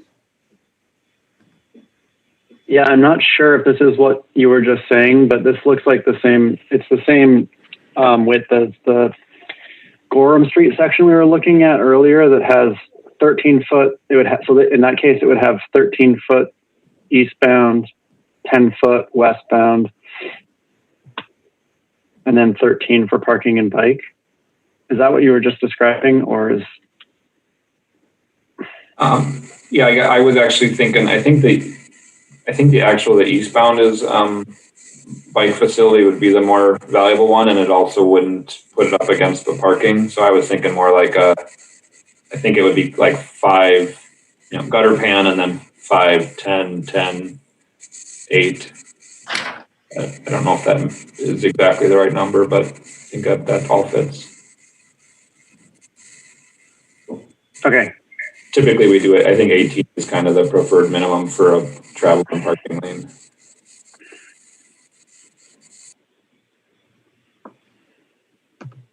That's all.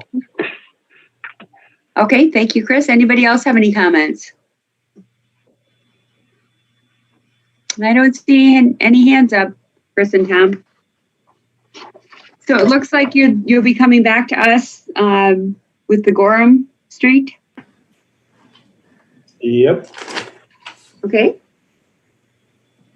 All right. Thank you very much. It's really, we all appreciate the opportunity to look at these proactively, Chris, and great conversation and better outcomes, I think, as a result. So, Okay. thank you so much. Okay, move on to item 11, which is update on traffic calming subcommittee. Again, Bridget, Harold, Grant, Bill, and I are all members of the TCS, so anybody else can certainly hop in. But at the meeting we had the day after the joint meeting on October 1st, we reviewed feedback from the joint meeting. We discussed and refined the early draft concepts for the program, recommended the extension of the due date from October 15th, 20 to February 15th, 21 of the final report, which we approved here tonight. And I believe the policy board will look at that at their next meeting. And Bridget, yay Bridget, volunteered to work on a draft foundation document, sort of coalescing purpose, goals, program elements, project elements, desired outcomes, timeline, et cetera, into one document, which we saw a draft this week. So that's hugely helpful. And Tom Wilson is working on a flow chart, which is great because it's going to show how everything's going to flow, which will be really helpful as well. So making just a ton of progress on the subcommittee, I think. Does anybody have anything to add to that or any questions? No? Okay, again, a lot of great hard work going into that and very much appreciate it. Announcements by the chair. Hey, Ann, sorry, I just thought of one thing on that one. Sure, go ahead. And it looks like Chris has dropped off, but based on the conversation, it seemed like there was a lot of consensus at the traffic calming subcommittee around the value of starting to think about incorporating traffic calming features into reconstruction projects. Yes. And I think we mentioned it at the joint meeting, but it might be good just to give a heads up to engineering about that, just reflecting on the projects they just shared with us. I know those are just resurfacing, but we might want to just give an early kind of heads up to them that's one of the kind of one of the conversation pieces that seems to have a lot of support, and just so that they can kind of start thinking about it and maybe even incorporating it into some of their plans for the next year.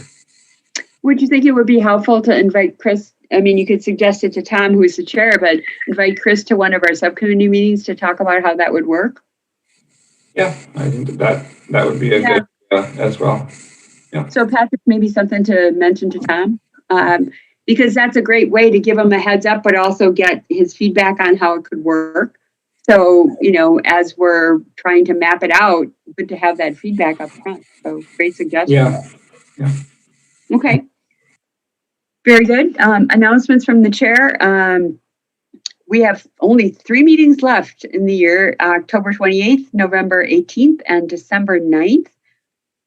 Again, everybody from the TCU is invited to attend the October 19th policy board meeting to hear the budget presentation. The budget's going to be a real hot button this year. Although Alders, I don't know, Mike, if you want to hear any more about the budget, probably not. But anyway, really appreciate that invitation, and I believe everybody should have that invite on their calendar. I did shoot a question out to see if we would get Zoom invitations, but haven't heard back on that. So maybe Patrick, if you wouldn't mind following up on that. I know, Grant, it was your suggestion that we may be able to actually participate in the discussion. That would be up to the policy board to decide, but I don't think we could do that unless we are Zoom panelists. Or Joe, would that be, if we just sign in and attend the meeting, can we be upgraded if they decide that at the meeting? I don't see why not. Okay, so whatever works. I was just thinking logistics, but anyway, I encourage everybody to attend, and we'll figure the logistics out elsewhere or later. We also have a BRT project kickoff Zoom meeting at 6 o'clock on Thursday, October 22nd. So I would encourage everybody to maybe listen in on that as well. I also wanted to let people know that Lieutenant Fiore from the Madison Police Department asked me to select and appoint someone from the TC to serve on the Vision Zero Safety Focused Enforcement Work Group. And I have selected and appointed Chris McCahill, who has agreed to do that. This is one of 5 work groups under the Vision Zero steering team. And the group will report back to us every quarter when when Lieutenant Fiore comes and gives us a traffic safety report. So we're planning on that in November. So we'll hear from them about organizations. And Chris, it seems like a very interesting group to be a part of. So thank you very much for agreeing to do that. We still have 3 vacancies on the commission. I did have a conversation about one potential applicant with the mayor's office. They had some questions. So I called and discussed the commission with them. We had a great conversation. So I'm hopeful that we'll see some progress in that regard. But I know everybody's working on it very hard. So any feedback or names that you have would be appreciated as well. Any other announcements anybody else has? Occasionally we have those pop up. And could you tell me again the date that you said the first announcement? Sure, the budget discussion at the TPPB meeting? Yes. When is that? That is October 19th at 5 o'clock. Thank you. Sure. Okay. Grant, go ahead. Yeah, I can't remember. Maybe Patrick already sent a email out about this, but there is a public BRT meeting coming up. So just wanted to make sure that was on people's radars. I can't remember the date or anything on that. Yeah, I did announce that. It's October 22nd. No, that's okay. That's okay. It's a long meeting tonight. October 22nd at 6 o'clock. Patrick, you did send that out to everybody. So you should have that in your email. Or you can go to Metro's just in the BRT site and see it there, right? Under public community information or something like that? Yeah. Okay. So yeah, thanks for the follow-up on that, Grant. It's just, we can't say it enough. It's there's a lot of exciting things coming with regard to that. Okay, future agenda items. We have a long list on the future agenda items for the October 28th meeting. Several of those will likely fall off depending on where people are at with those particular items. Anybody have any comments on the future agenda items or agenda items to add that we don't have on the list?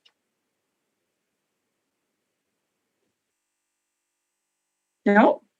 Okay, then we are at anybody willing to make a motion to adjourn? We're at 8. It was a 3.5 hour one today, but we had a lot of great discussion, a lot of great feedback. Do we have a motion to adjourn? Ken, go ahead. That's a motion from Ken. We have a second? And a second from Bill. Okay, I'm going to assume unanimous consent vote on adjournment. Thanks, everybody. Again, some really great work on the bus stop. So please pass that along, Justin, to everybody who worked on it. Really helped clarify things and some great discussion. Thanks, everybody. Thank you all. Bye.